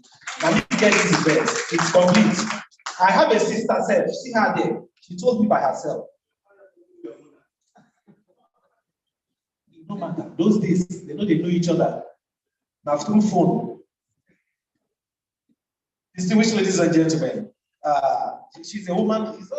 She's not a woman that wants to collect from husband all the time. She wants to give. You know, some women, put your hands together for women. Women like money. Thank God my wife is not here. One day my wife and I were quarreling out of anger, and now today I say, pack a load and leave my house. She said, give me transport. For pack load, she asked me for transport.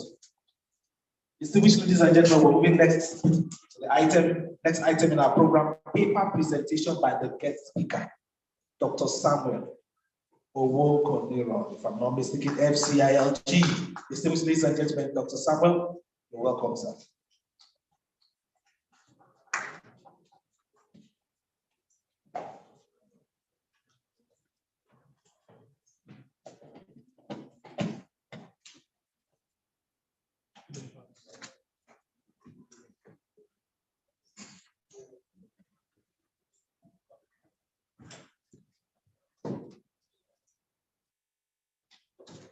Good afternoon, ladies and gentlemen. I want to stand on the existing protocol.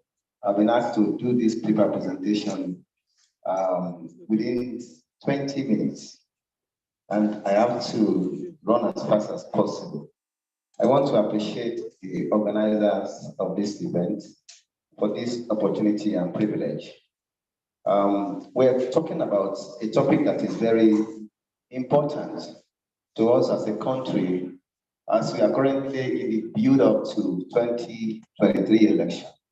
And I promise you, I'm going to be very careful not to sound as I'm running down the existing government, or I'm trying to support any political party. So I'm going to be as much as possible neutral. So what I've been talking about this morning is going to focus basically on the relationship between concept of true leadership at all levels and effective management of national resources, most especially in Nigeria. Without missing word, effective leadership has a very significant impact on resources management in any organizational setting, including a country like Nigeria. The reason is because it determines to a large extent the economic growth of any nation. This is as a result of the fact that national resources are essential ingredient for the development of any nation. It is the raw materials for economic growth and development for any nation. When His Excellency was giving us his opening remarks, I penciled down a lot of things from what he said. And I must tell you, he's the only one that has the authority to really expatiate or reveal some of the things that he revealed. I tried to include that in my paper. On a second thought, I have to expunge them from my paper. But I was so happy when he mentioned some of those things he mentioned. There is urgent need for us to pay attention to our national resources, because no nation can be bigger than the potential in our national resources. Even as an individual, your potential and resources that you pretend, is a guide, it's something that will showcase you, something that will give you the opportunity to the global world. And that is also the same thing when it comes to managing national resources for a country like Nigeria. The first question we need to ask ourselves this afternoon is, what are resources? And according to Wikipedia, resources are defined as all materials that are available in our environment, which are technologically accessible, economically feasible, culturally sustainable, and help us to satisfy our needs and wants.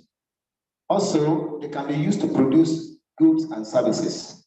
They are basically classified based on availability, development, origin, and distribution. Classical economics recognizes three categories of resources, which we invariably also refer to as factors of production, namely land, labor, and capital. Nigeria as a country is sufficiently endowed with a lot of natural, human, and capital resources. The second question we need to ask ourselves is that, is Nigerian resources poorly managed? The answer is yes. Nigerian national resources have been poorly managed over the years due to the inadequate management competence, poor leadership structure, and other important measures by successive governments. This has deprived the nation and assisted the potential gain of a resource-rich country. We must be honest with ourselves that this problem is not peculiar to Nigeria alone as a country. Poor resource management as a result of dysfunctional leadership style is a big problem in many resource-rich developing countries. Effective resources management for nation building is very essential. If Nigeria is going to come out of the wood, and then we move to the next phase of economic growth and development, resources, when properly managed and locally controlled, should reduce poverty, bring economic growth and development in a country. Of course, you will also agree with me that even in a land of plenty, some people can still remain poor, because the major religions that we have in this country, Christianity and Islamic religion, pretend the fact that there will always be poor people in the land. But the issue is that when the majority of a citizen of a country are poor, that calls for concern. And that is the situation we find ourselves in Nigeria today. World Bank has projected that this year alone, 95.1 million Nigerians will enter the poverty level, despite our abundant resources. That is close to 50% of the Nigerian population. According to the World Bank in the latest 2022 Poverty and Prosperity Report, Nigeria contributes 3 million people to global extreme poverty, while the country is a home to a large share of the global extreme poor. In October this year, Nigeria was ranked 103 out of 121 countries appraised in the 2022 Global Hunger Index. This is extremely a setback for our nation as a country. Effective and efficient management of resources by leaders in a country will benefit the communities and the people on whose land the resources originate, and will invariably lead to the development of the entire country. Like most of the developing countries, when resource endowment is poorly managed, instead of becoming a blessing, it will invariably become a cost, especially for the population. And the region where these resources are extracted, as the case in the Niger Delta and most states in the northern region of Nigeria. Like His Excellency has mentioned, I listened to one video that was done by the former ADC to General Basha, Major Amsa Mustafa, and then he mentioned something about the Sambisa forest, that most of the crises we are having in the north actually were due to the fact that there were resources that need to be extracted. And because of the fact that these people will not be able to have access directly, except they push out the people that were living in those areas. They made the place a crisis-ridden environment so that people could move out from their land and they could continue to exploit those mineral resources free of charge. That is the place, the position we have found ourselves in our country. The same is applicable in other places where we have had resources, like in the Niger Delta. Now, the issue is this: how do we solve this problem? Effective management of our natural resources will be the solution. Now, I need to give you a brief of what Nigeria looks like as a nation. When my chairman of this occasion was also making his own presentation, and in his opening remark, he also mentioned what Nigeria look like. I was asking myself, should I skip it or should I also continue in that line? And I think I need to mention one or two things in addition to what he has said. The country, like many other African countries, were colonized by the British government, and they later gained our independence as a nation on the 1st of October 1960. And at that time, when we gained our independence, the population was just 45.2 million as at 1960. Now we have over 200 million people living in this country. At that time, we had a regional system of government much more vibrant and likely productive than what we have today. This was later destroyed by General Abuja after the 1960s coup, the first military coup in the country. Nigeria as a country remains not only the most populous country in Africa, which is supposed to be a plus, an asset, and a resource to us, but the most populous black nation and the 7th most populous country in the world. Prior to this time, let's quickly look at the colonial regime in Nigeria. The colonial regime in Nigeria across the globe remained the worst calamity and disaster that has ever happened in the world, much more than the World War. It focused only on plundering resources of nations without any form of mercy and consideration for the people. Every available resource in those countries, including human resources, were relegated to an ordinary commodity that could be exploited by the colonial masters. A region is only defined and named in terms of national resources and other economic goods found in their region. For example, Ivory Coast, that was later renamed Côte d'Ivoire, because they had so much ivory, large deposits of ivory in those areas. It was the colonial master called the nation Ivory Coast. The same applicable to Gold Coast, that was later made Ghana. The same applicable to Slave Coast, now Liberia. And Nigeria was named Nigeria because of the fact that he said, okay, because of the expanse land at the river, which is the River Niger, because of its aquatic and what do you call it, resources, as a point where they could export all these national resources that are exploited from other nations out of our nation to their own country. And they name us Nigeria. And up to now, we're still answering this when other nations are already changing their names. I think it's also a time for us to run away from this colonial mentality and change our name. Does Nigeria as a nation, as a country, the name of the country, really reflect who we are? No, but it's a product of colonial exploitation. Shortly after our independence, the name Nigeria was globally recognized as synonymous with good people, strong nation with abundant resources, robust economy, favorable exchange rate, and religion tolerance. The largest economy in Africa, the giant of Africa, but was truly the best in every sector, with our citizens making the nation and Africa proud all over the world. Suddenly, everything became a mirage. Our fame, dignity, and prowess disappeared. Corruption, nepotism, religion, bigotry, and tribalism became the order of the day.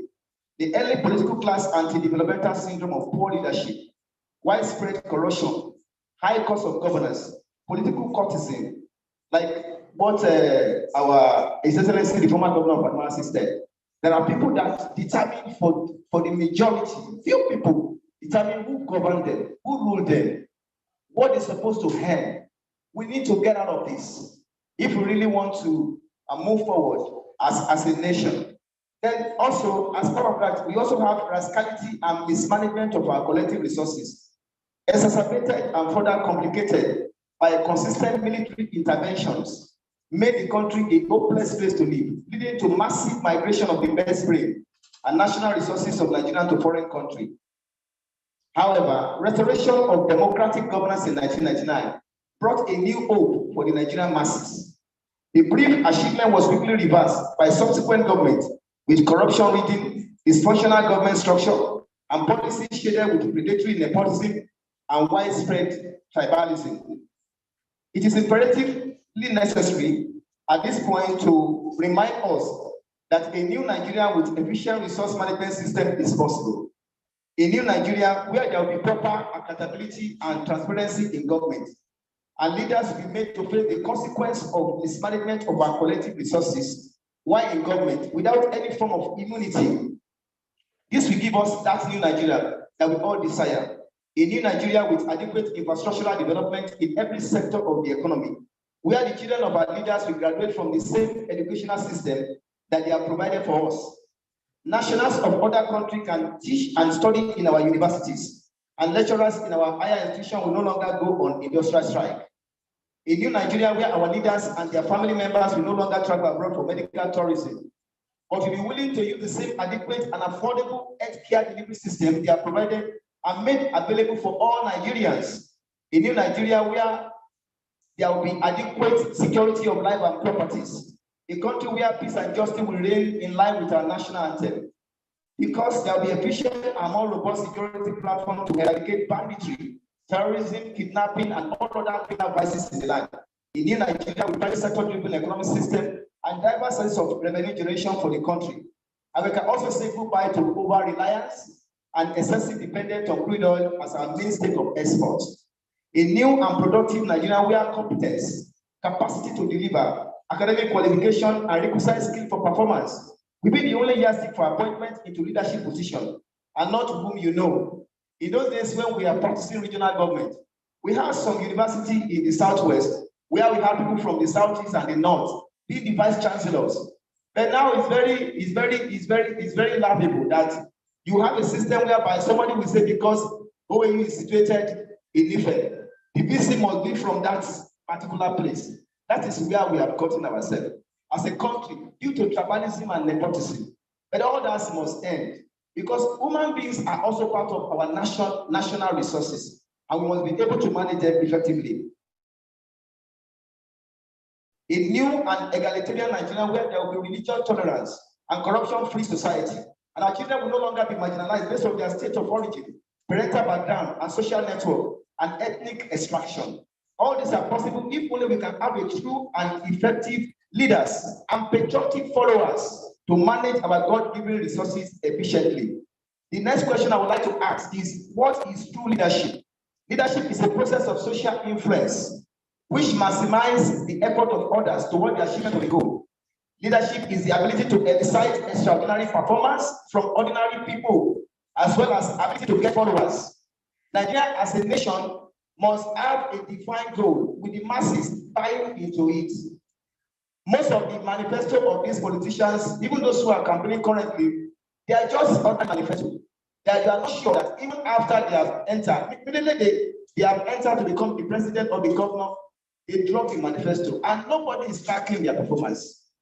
Whenever they come back again to ask us for our vote, we do give them the vote again based on the highest bidder. Of course, the system where we have some delegates going to choose in the primary should be eradicated. Such should not be allowed anymore. If the masses are the ones that will participate in the primary, if you belong to a political party, you are a carry member of ABC, you should be allowed to vote anywhere you are, to support the person you want to represent as a president. And we don't need these delegates anymore because it's charaded with fraud and corruption, and it must end. The valuable thing about it is that the last primary they did, I learned that ICPC, EFCC, they were on ground in the same place, and they were also witnessing and seeing what is happening. They were also part of, it's like they are coming to supervise the sharing of the funds. And that is very sad. That is where we have found ourselves as a country. Also, dictionary define leadership simply as the action of leading a group of people or an organization. It's all about taking risks and challenging the status quo in order to achieve a set goal and objective, no matter the space, time, and corporate landscape. How many minutes do I have left? So I can move fast. 3 minutes. I will move fast. Give me 5 minutes. Leadership is expected to reflect a long-term perspective. It is the ability to think forward into the future and come back to the present day. Great leaders and top people plant trees under which they will never sit. It should be all about planning for the next generation and not about planning for 4 years as a politician. Leadership is expected to reflect being a leader without a title concept. Policemen should police well. Civil servants should do their job without demanding for bribe.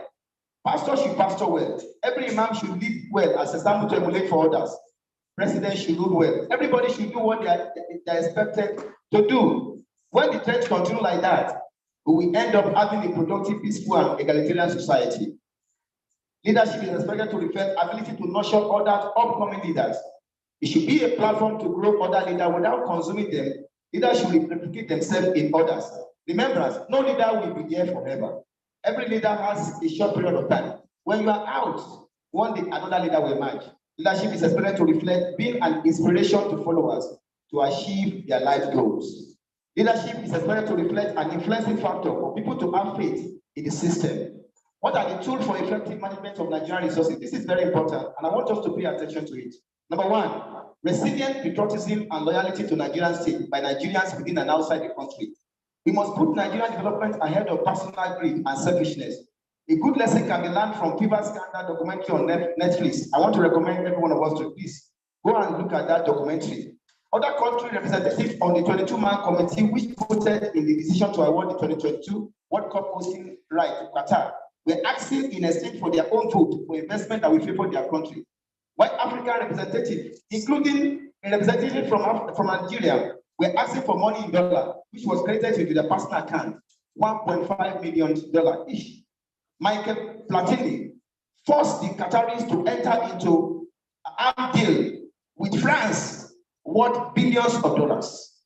The Brazilians traded their vote for a gas deal, a fully functional mega gas plant, while our African brothers were there to ask for $1.5 million, which was credited to their own account. No interest of the country at heart. Number two, stakeholders in the Nigerian project should be made to work for the growth and development of the country, including our religious leaders, through effective legislation from the National Assembly. A situation whereby religious system has become a one-man show. What are we preaching in our churches? We preach about making money, about breakthrough, about signs and wonders. We're not thinking about nation building. If you go outside the country, those countries that where we brought this Christianity from, the church is a platform through which the same thing applicable to the mosque as well. We have mosques in Saudi Arabia, we have in Qatar. And then what they do is that they project the image and the position of the government. What we have in our country, Nigeria, religious business has become a business for somebody to enrich himself or herself. Everybody have access. Everybody can access God by himself. But we need leaders who can direct us in that part. When church and mosque has become a platform for corruption, then we cannot have a sanitized system.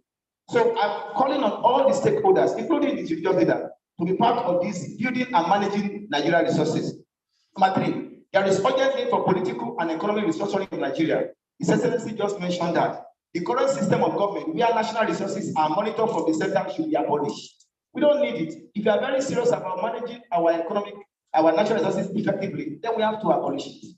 Because look at this, this method has made the people living in the area where these resources are found to resort to self-help through illegal bunkering and mining, as well as other acts of economic sabotage and violence against the government and workers on site. It has also resulted into hatred and inter-regional conflict among the people in the country. Look at the situation whereby somebody from the north is appointed as MD of NNPC. People from the south, where they are mining, getting the problems, we are supposed to be the one. Why? It's because of this imbalance. Then we have Nigeria is gifted with large quantity of solid mineral across virtually every state of the federation. But what do we have today? The Nigerian Constitution gives the federal government control of all the national resources, while the state government and local government have the right to allocate the land. Because of that, there are many mining sites that will not be mined. The existing structure should seriously hinder the growth of mining industry in Nigeria. Conflict of interest between the federal and the state government has made most of these minerals to remain unmined. The level of exploitation of these minerals is very low in comparison with the land deposits we have in the country. The mining sector must be removed from the exclusive list under the Nigerian Constitution. State government should be allowed to manage their resources and share revenue with federal and local government, just like we have in the regional system of government in the past. Number 5, adequate electricity supply stimulates economic activity in any country, because without it, there will be no economic growth. We must leave the hydro power source of generating electricity and consider renewable energy sources. And I know that with that, we should be able to do that. Besides that, we should contact countries like US, who have been able to achieve 24 hours electricity supply over the years, on how we can achieve this. Number 6, insecurity is one of the biggest threats to effective management of Nigerian resources. But the good thing is that insecurity can be addressed when its right strategy is in place.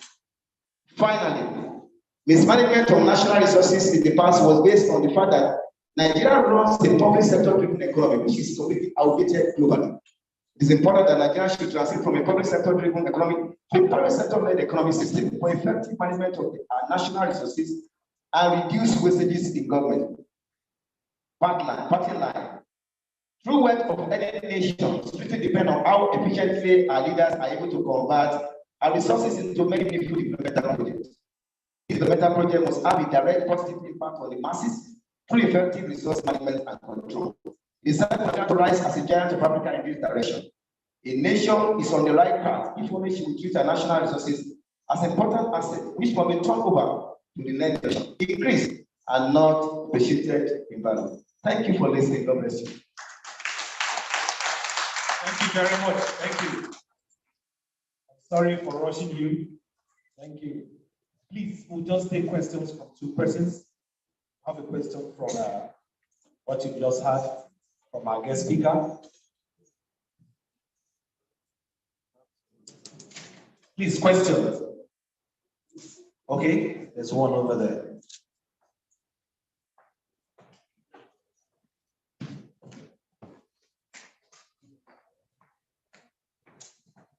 There's 2 questions. If there's any other person that can ask a question after him, then proceed. Good afternoon, everyone. My name is Dr. Mohamed Ousmane, a fellow of the Institute. Thank you, Mr. Tinka, for the wonderful lecture. I've also done researches on your topic, and I've come up with some wonderful information. My question goes on. You mentioned of restructuring of the Nigerian governance and economic system. Your own estimation is restructuring the major problem we're having of accountability. If, for instance, as a chief executive of the state, as a governor, budget was passed, in the process of budgeting, money have been earmarked. At the end of it, allocations have been made, releases have been made. And at the end of the budget cycle, we as the citizens have been able to mark those projects. If money has been expended, so what we do in Nigeria is to throw money at projects without getting value for that money we spend. So if everybody, in my own estimation, people are spending money on the projects and the development are going on, and there is accountability. I don't think administration will be happening the way they are. So I think accountability first. If we are accountable to the people, if we are spending the money in the right way, and we are getting value for those money we are spending, there will be no administration. I know things happen gradually. Economic system change, political system change. But at this stage, I think we should hammer more on accountability. I want people to be reported. People should be prosecuted. People should be punished. The reward system should be there. When people do well, they should be rewarded. When they go against the law, they should be punished. So what do you think? This can be a debate between me and you or any other. Let's do it. But in my own school, as where I believe, for now, it should be accountability more than instruction, so that we don't hit up the quality of the system.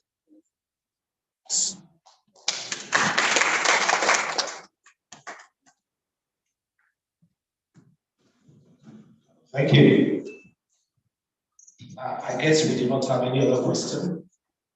So our speaker will just respond to these and then we'll proceed.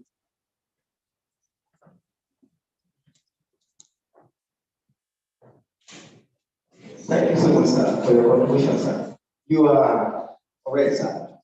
But in addition to what you have said, the only issue is that the nepotism aspect of it and tribalism aspect of it is as a result of the fact that much money is at the center. And we are going to the regional government. This is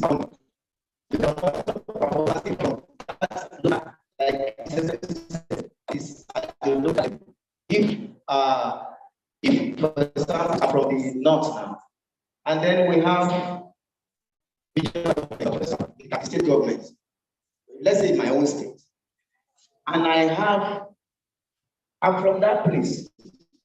If I've been caught in corruption or in fraud case, it will not be much. At the moment, we have seen so many corruption cases that have been jettisoned simply because I'm from this side. That is why they are persecuting me. Somebody from the north is the president. Somebody from the south has been caught in corruption case. Because we are not in government, that is why they are doing that to us. So I also agree with you. We must be able to be accountable.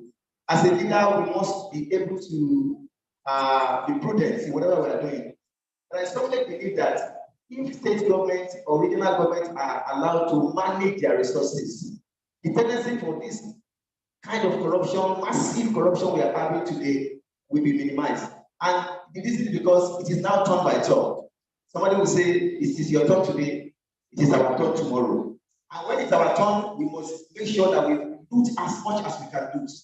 If we sustain this particular system we have now, it will be difficult for us. Even if me or you, sir, become the president, your interest will be for your people. And we must have a Nigeria that everybody belongs to that Nigeria.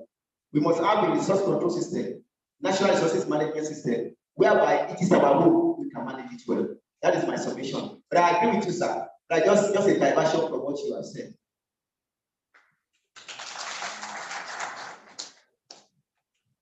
Thank you, and thank you.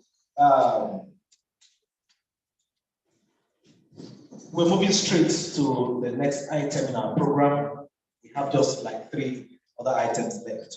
But before we go into the other items, awards and so on, Dr. Regina Josiah.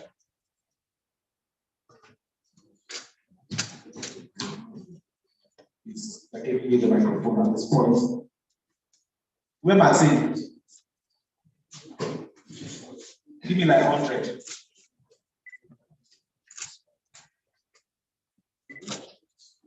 It's your time.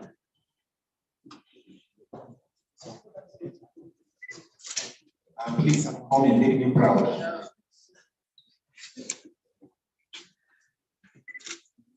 Distinguished ladies and gentlemen, good afternoon, everyone. I thought this was not my regular program.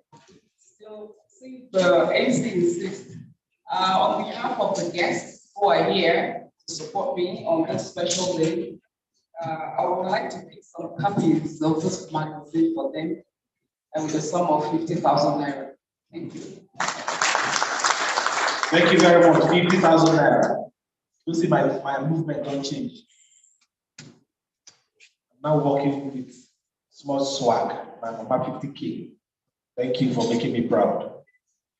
Straight up. We're moving straight to the next item in our program, which is the special awards.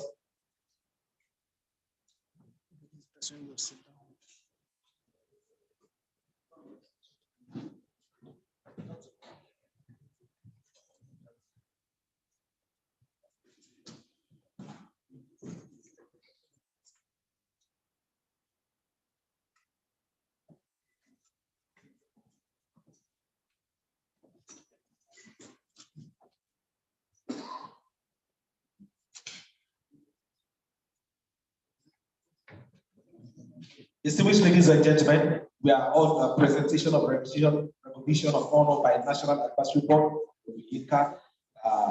Distinguished ladies and gentlemen, when we call you, you'll be coming out this way very quickly to receive your award. Let's have Dr. Abdul Salam. Dr. Abdul Salam Ubemedia, where are you, please? Dr. Abdul Salam.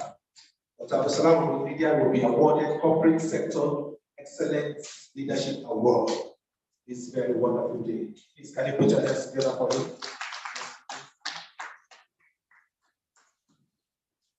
Please, Mr. Elisha Saleh, get ready. And Prince Usman Akabi Hamza, get ready. These are the awardees we are on now. So in the next 5 minutes, we'll be done with them. Please, Dr. Abdul Salam. That's you, right? All right, he's absent. This is his representative.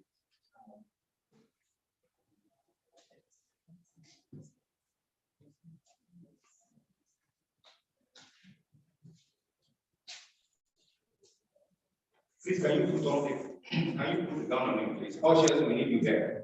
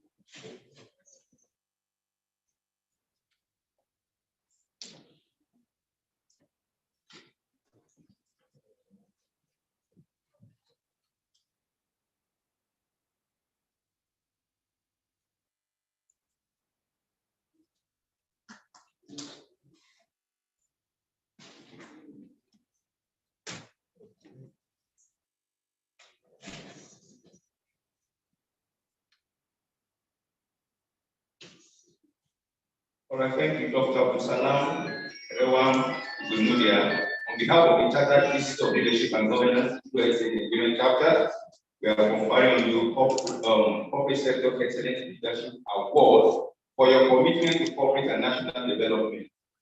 Today, 9th December 2022. Congratulations to you, sir. Please, congratulations, congratulations. It's a beautiful day to be awarded. Please, whatever you are doing, people are watching. So keep it up. The next person is Elisha Saleh. Please, what are you doing? Okay, thank you very much. Let's put our hands together for him as he comes.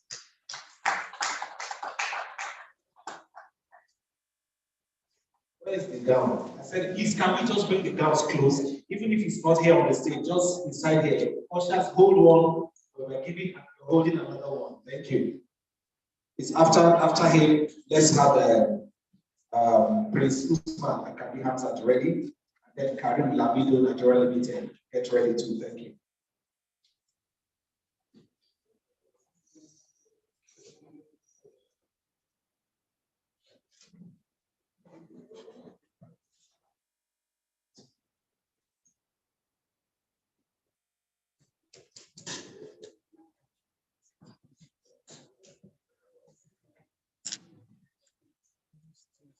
On behalf of the Chartered Institute of Leadership and Governance USA Nigeria chapter, we are conferring on you today, 9th December 2022, Elisha Saleh Akwai, Outstanding Leadership Award for mentoring young leaders in Nigeria. Congratulations to you, sir.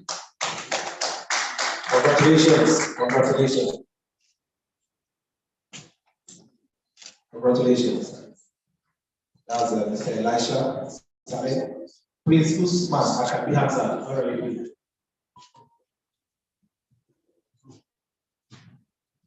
Please, who's man? Are you here?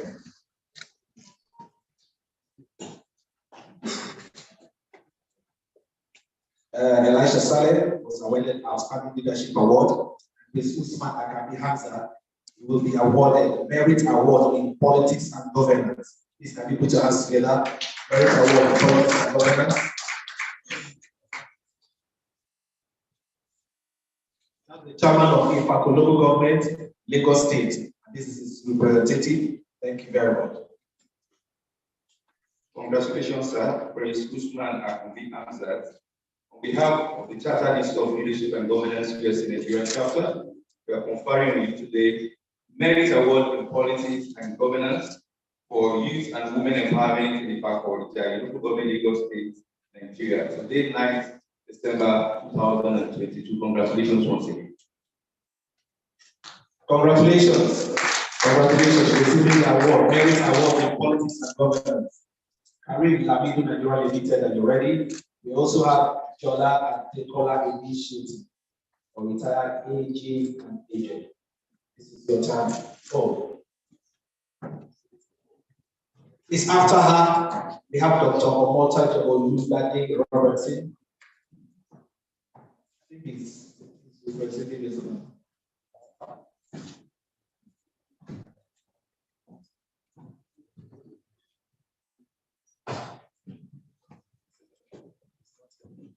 I think Karim Lamido Nigeria Limited is not here. So we move straight to Jola Adekola Initiative for Retired AG. Jaira, thank you. Dr. Omotoja Robertson, be ready. Alhaji Sheikh Kudu Galadima, get ready too.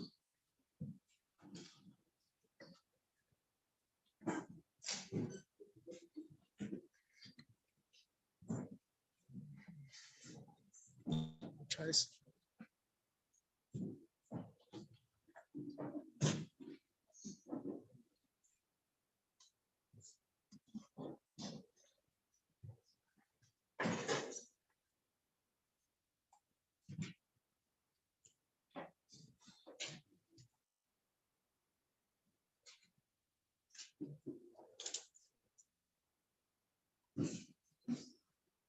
Congratulations, Doctor.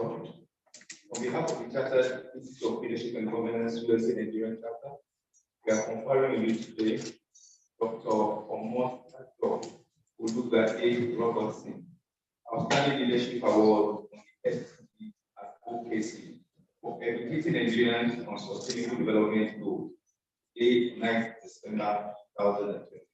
Congratulations. Congratulations, ma'am. She's receiving Outstanding Humanitarian Award. Outstanding Humanitarian Award. Congratulations. Congratulations.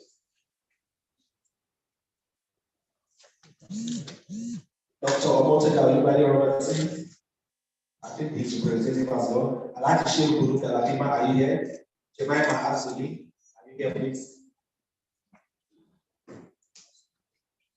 Pastor Mrs. Betty, today, are you here, please?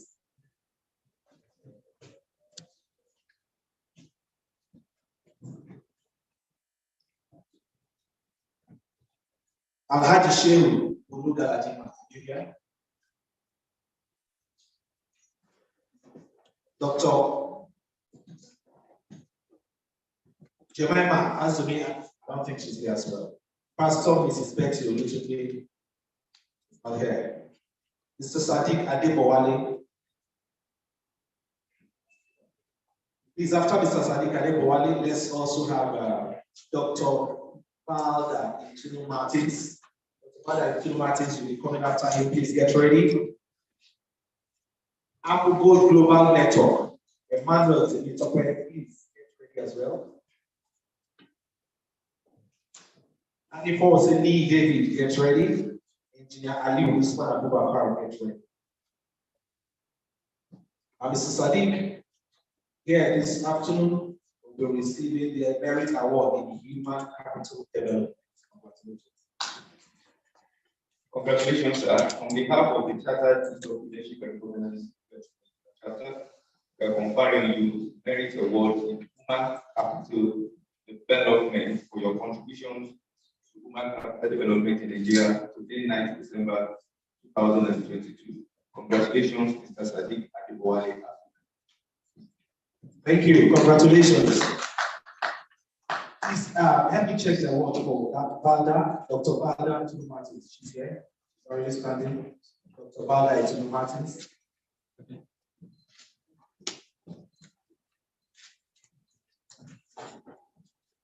Dr. Valda Itunu Martins. Have you said it? Okay. Dr. Valda Itunu Martins will be awarded Award of Excellence in Women Development.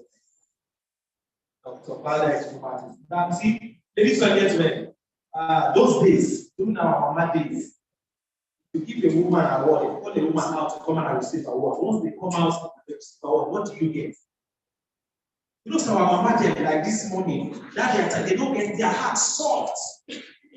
Once they receive an award, you will see them crying, oh my God, oh my God.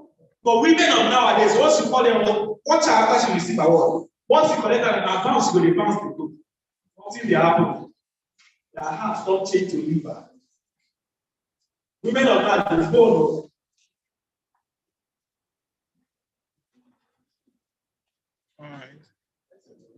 Congratulations, Doctor. On behalf of the Chartered Institute of Leadership and Governance, West Nigerian Chapter, we are conferring you today, Dr. Valda Itunu, Award of Excellence in Women Development for your contribution to women development in Nigeria. Today, 9th December 2022. Congratulations, Doctor.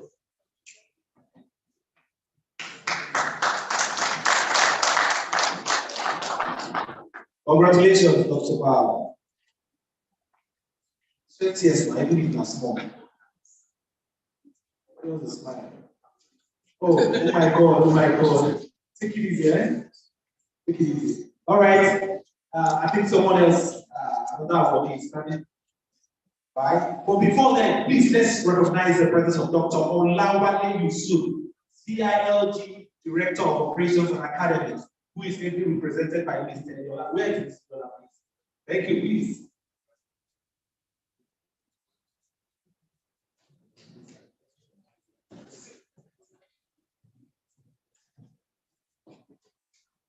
You're welcome.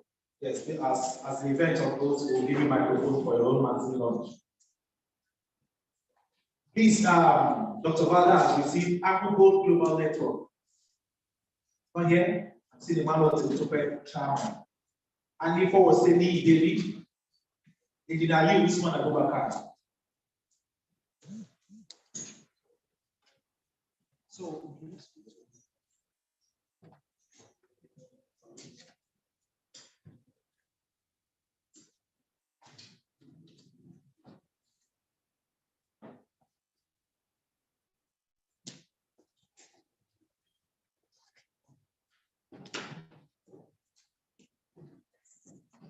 distinguished ladies and gentlemen, the chairman of the occasion will be honored to Engineer Ali Usman Abubakar, Outstanding Leadership Icon Award. No wonder you are the chairman of this occasion. You are indeed a leader because from the beginning of this program down to this time, you propelled the ship and the ship did capsize.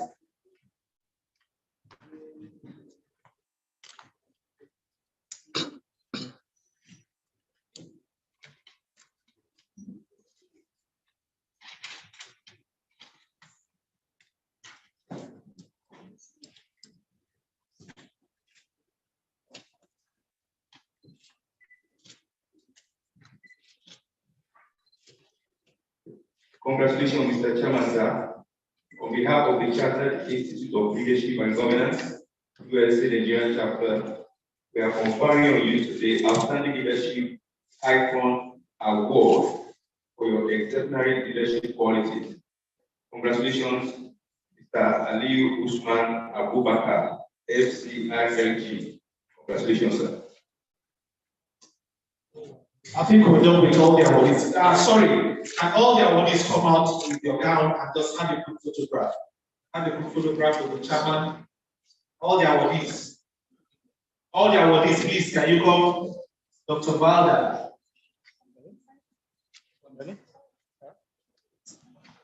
Yes, I can answer. All the awardees, can you come out for a good photograph? All the awardees, come on.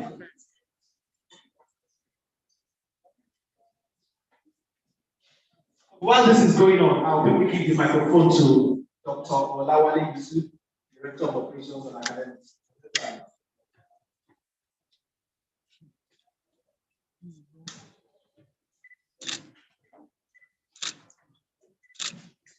Good photograph. All the awardees.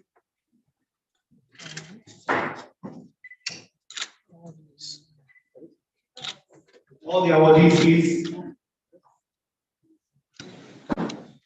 Okay.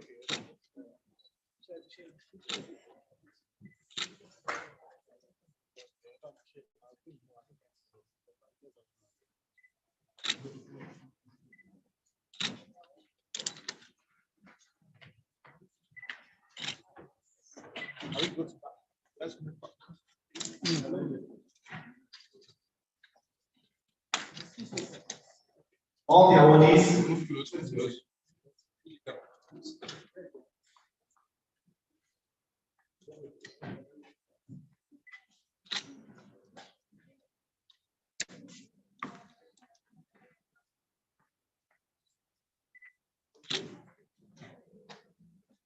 Okay. All right, all the awardees. Wait, okay, the chairman is there. That guy wait, so give me let me join this now. Call for those of you. Snap one, awardees and the MC.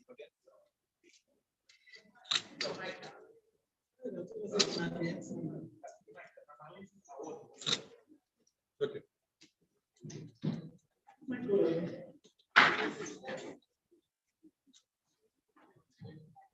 You don't even click cry, you can make your barricade don't clean.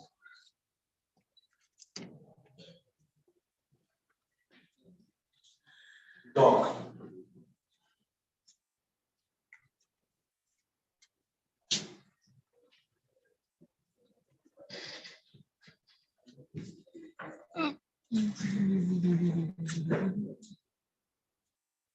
Bravo.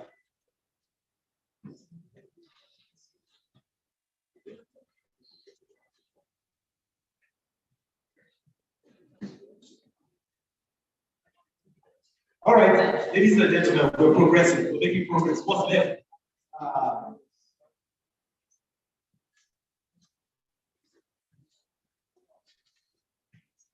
Please. This is the time for our inductees to come out. Inductees. Distinguished ladies and gentlemen, tonight, this very beautiful day, a lot of people, men, women, will be inducted into this wonderful institute. Today is their day, and it is a joyful day at that. We have Engineer Ali, who's part of the program. Please, inductees, once I call your name, come out very quickly. Dr. Ogo Koriro, Olusegun Samuel. Dr. Olusegun Samuel, please come. Mr. Ike, Amos Pade, I remember that. Please come, Doctor. Dr. Yahya Isasheru. Yahya Isasheru, please come.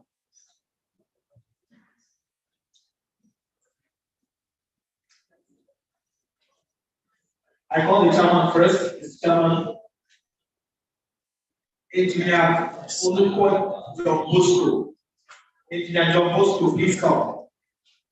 Lahat Ladan. Dr. Julius Olubega Owoyemi. Dr. Julius Olubega Owoyemi. Mr. Daniel Kalu, please come. Mr. Daniel Kalu. This is Rejoice Omo Tolako Roda King.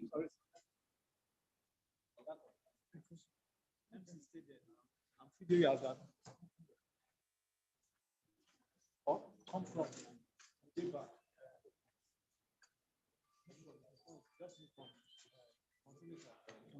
All right, ladies and gentlemen, Dr. Matthew Onoja, Dr. Matthew Onoja, remember that name.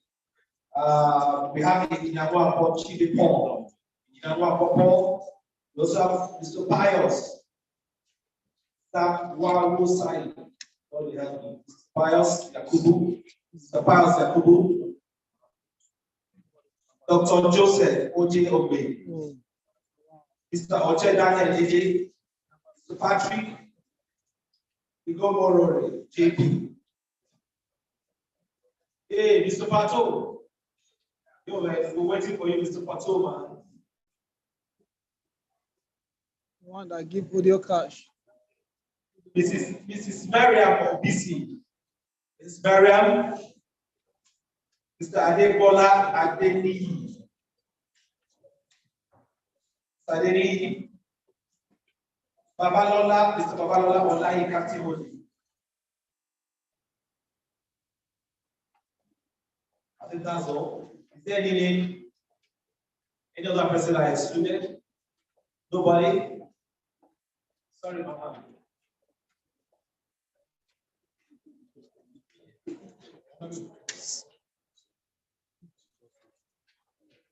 How will you?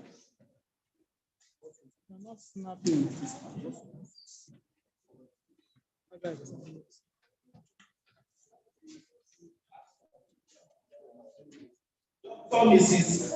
Dr. Mrs. Bukola Ayeni.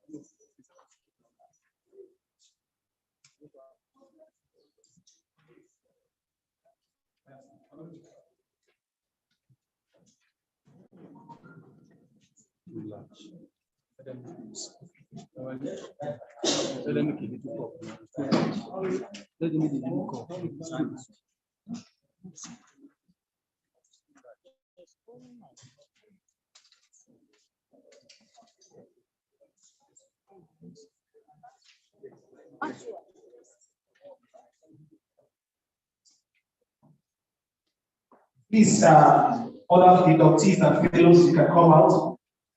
Please, you can come. Thank you. Is there any other name I didn't call? Any other name? I guess she's the only one. That's Dr. Mrs. Bukola. Thank you.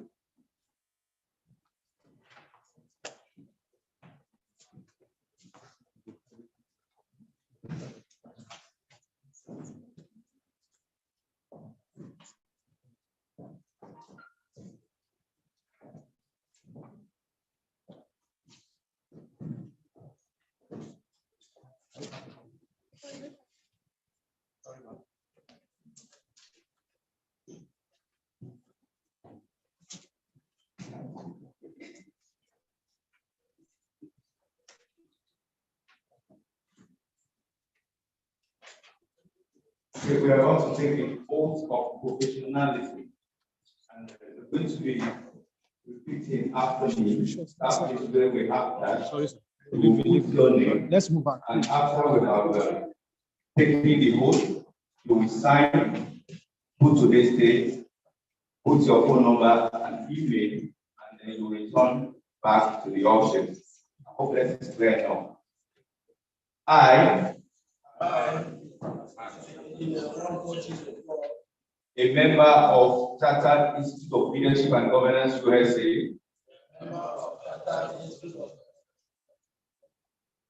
recognize my role in society. My purpose is to lead people. And manage resources. To create value. That no single individual can create alone. My decisions affect the well-being of individuals. Inside and outside my enterprise. today and tomorrow. Therefore, I promise that I will manage my organization with loyalty and care. I will not advance my personal interests at the expense of my organization or society. I will understand and uphold in letter and spirit the laws and contracts governing my professional conduct and that of my organization. I will refrain from corruption, unfair competition, or practices harmful to society. I will protect the human rights and dignity of all people affected by my enterprise. And I will oppose discrimination and exploitation. I will protect the right of future generations to advance their standard of living and enjoy a healthy planet. I will report the performance and risk of my enterprise accurately and honestly. I will invest in developing myself and others, and helping the leadership and governance profession continue to advance and create sustainable and inclusive prosperity. In exercising my professional duties, according to these principles, I recognize that my behavior must set an example of integrity, eliciting trust and esteem from those I serve. I will remain accountable to my peers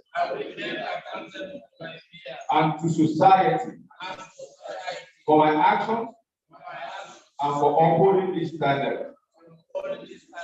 This oath I make freely and upon my honor. Thank you very much. So, like I said, you append your signature, put today's date, write your phone number, and God bless you. So, we're going to be giving you your certificate and your plan. So, we're calling you one after the other. Thank you.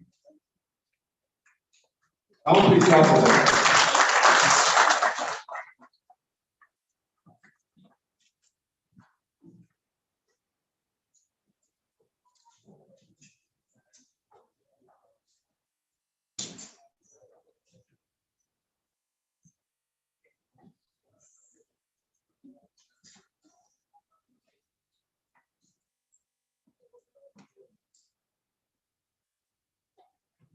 All right, ladies and gentlemen. Sorry, you went back to your seat. Giving you your certificate that doesn't right here. Ladies and gentlemen, Ali Usman Abubakar, that's the chairman of the occasion.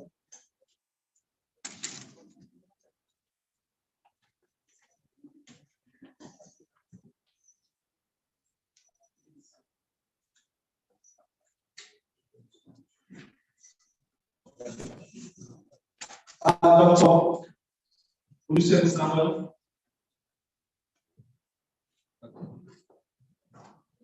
Dr. Olusegun Samuel. Dr. Ige Amos. Sorry, you have to come out again. Dr. Yahya Isashiru.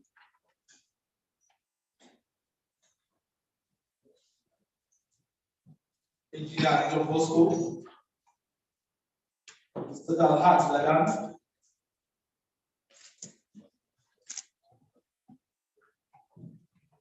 Dr. Amos, Mr.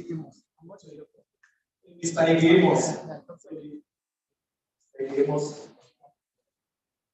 Okay. Dr. Yaha Sashio, yeah, from Bosco, that order, please.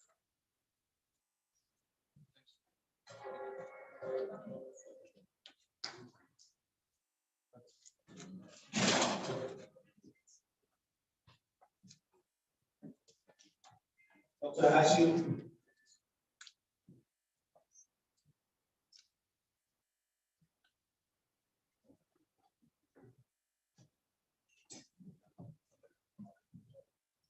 Engineer John Bosco.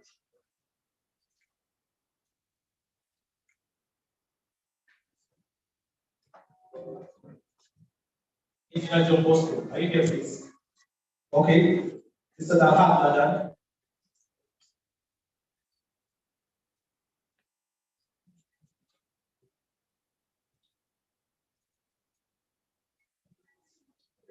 Dr. Julius. After Dr. Julius, please, we'll have Dr. Bukola, Lord Daniel.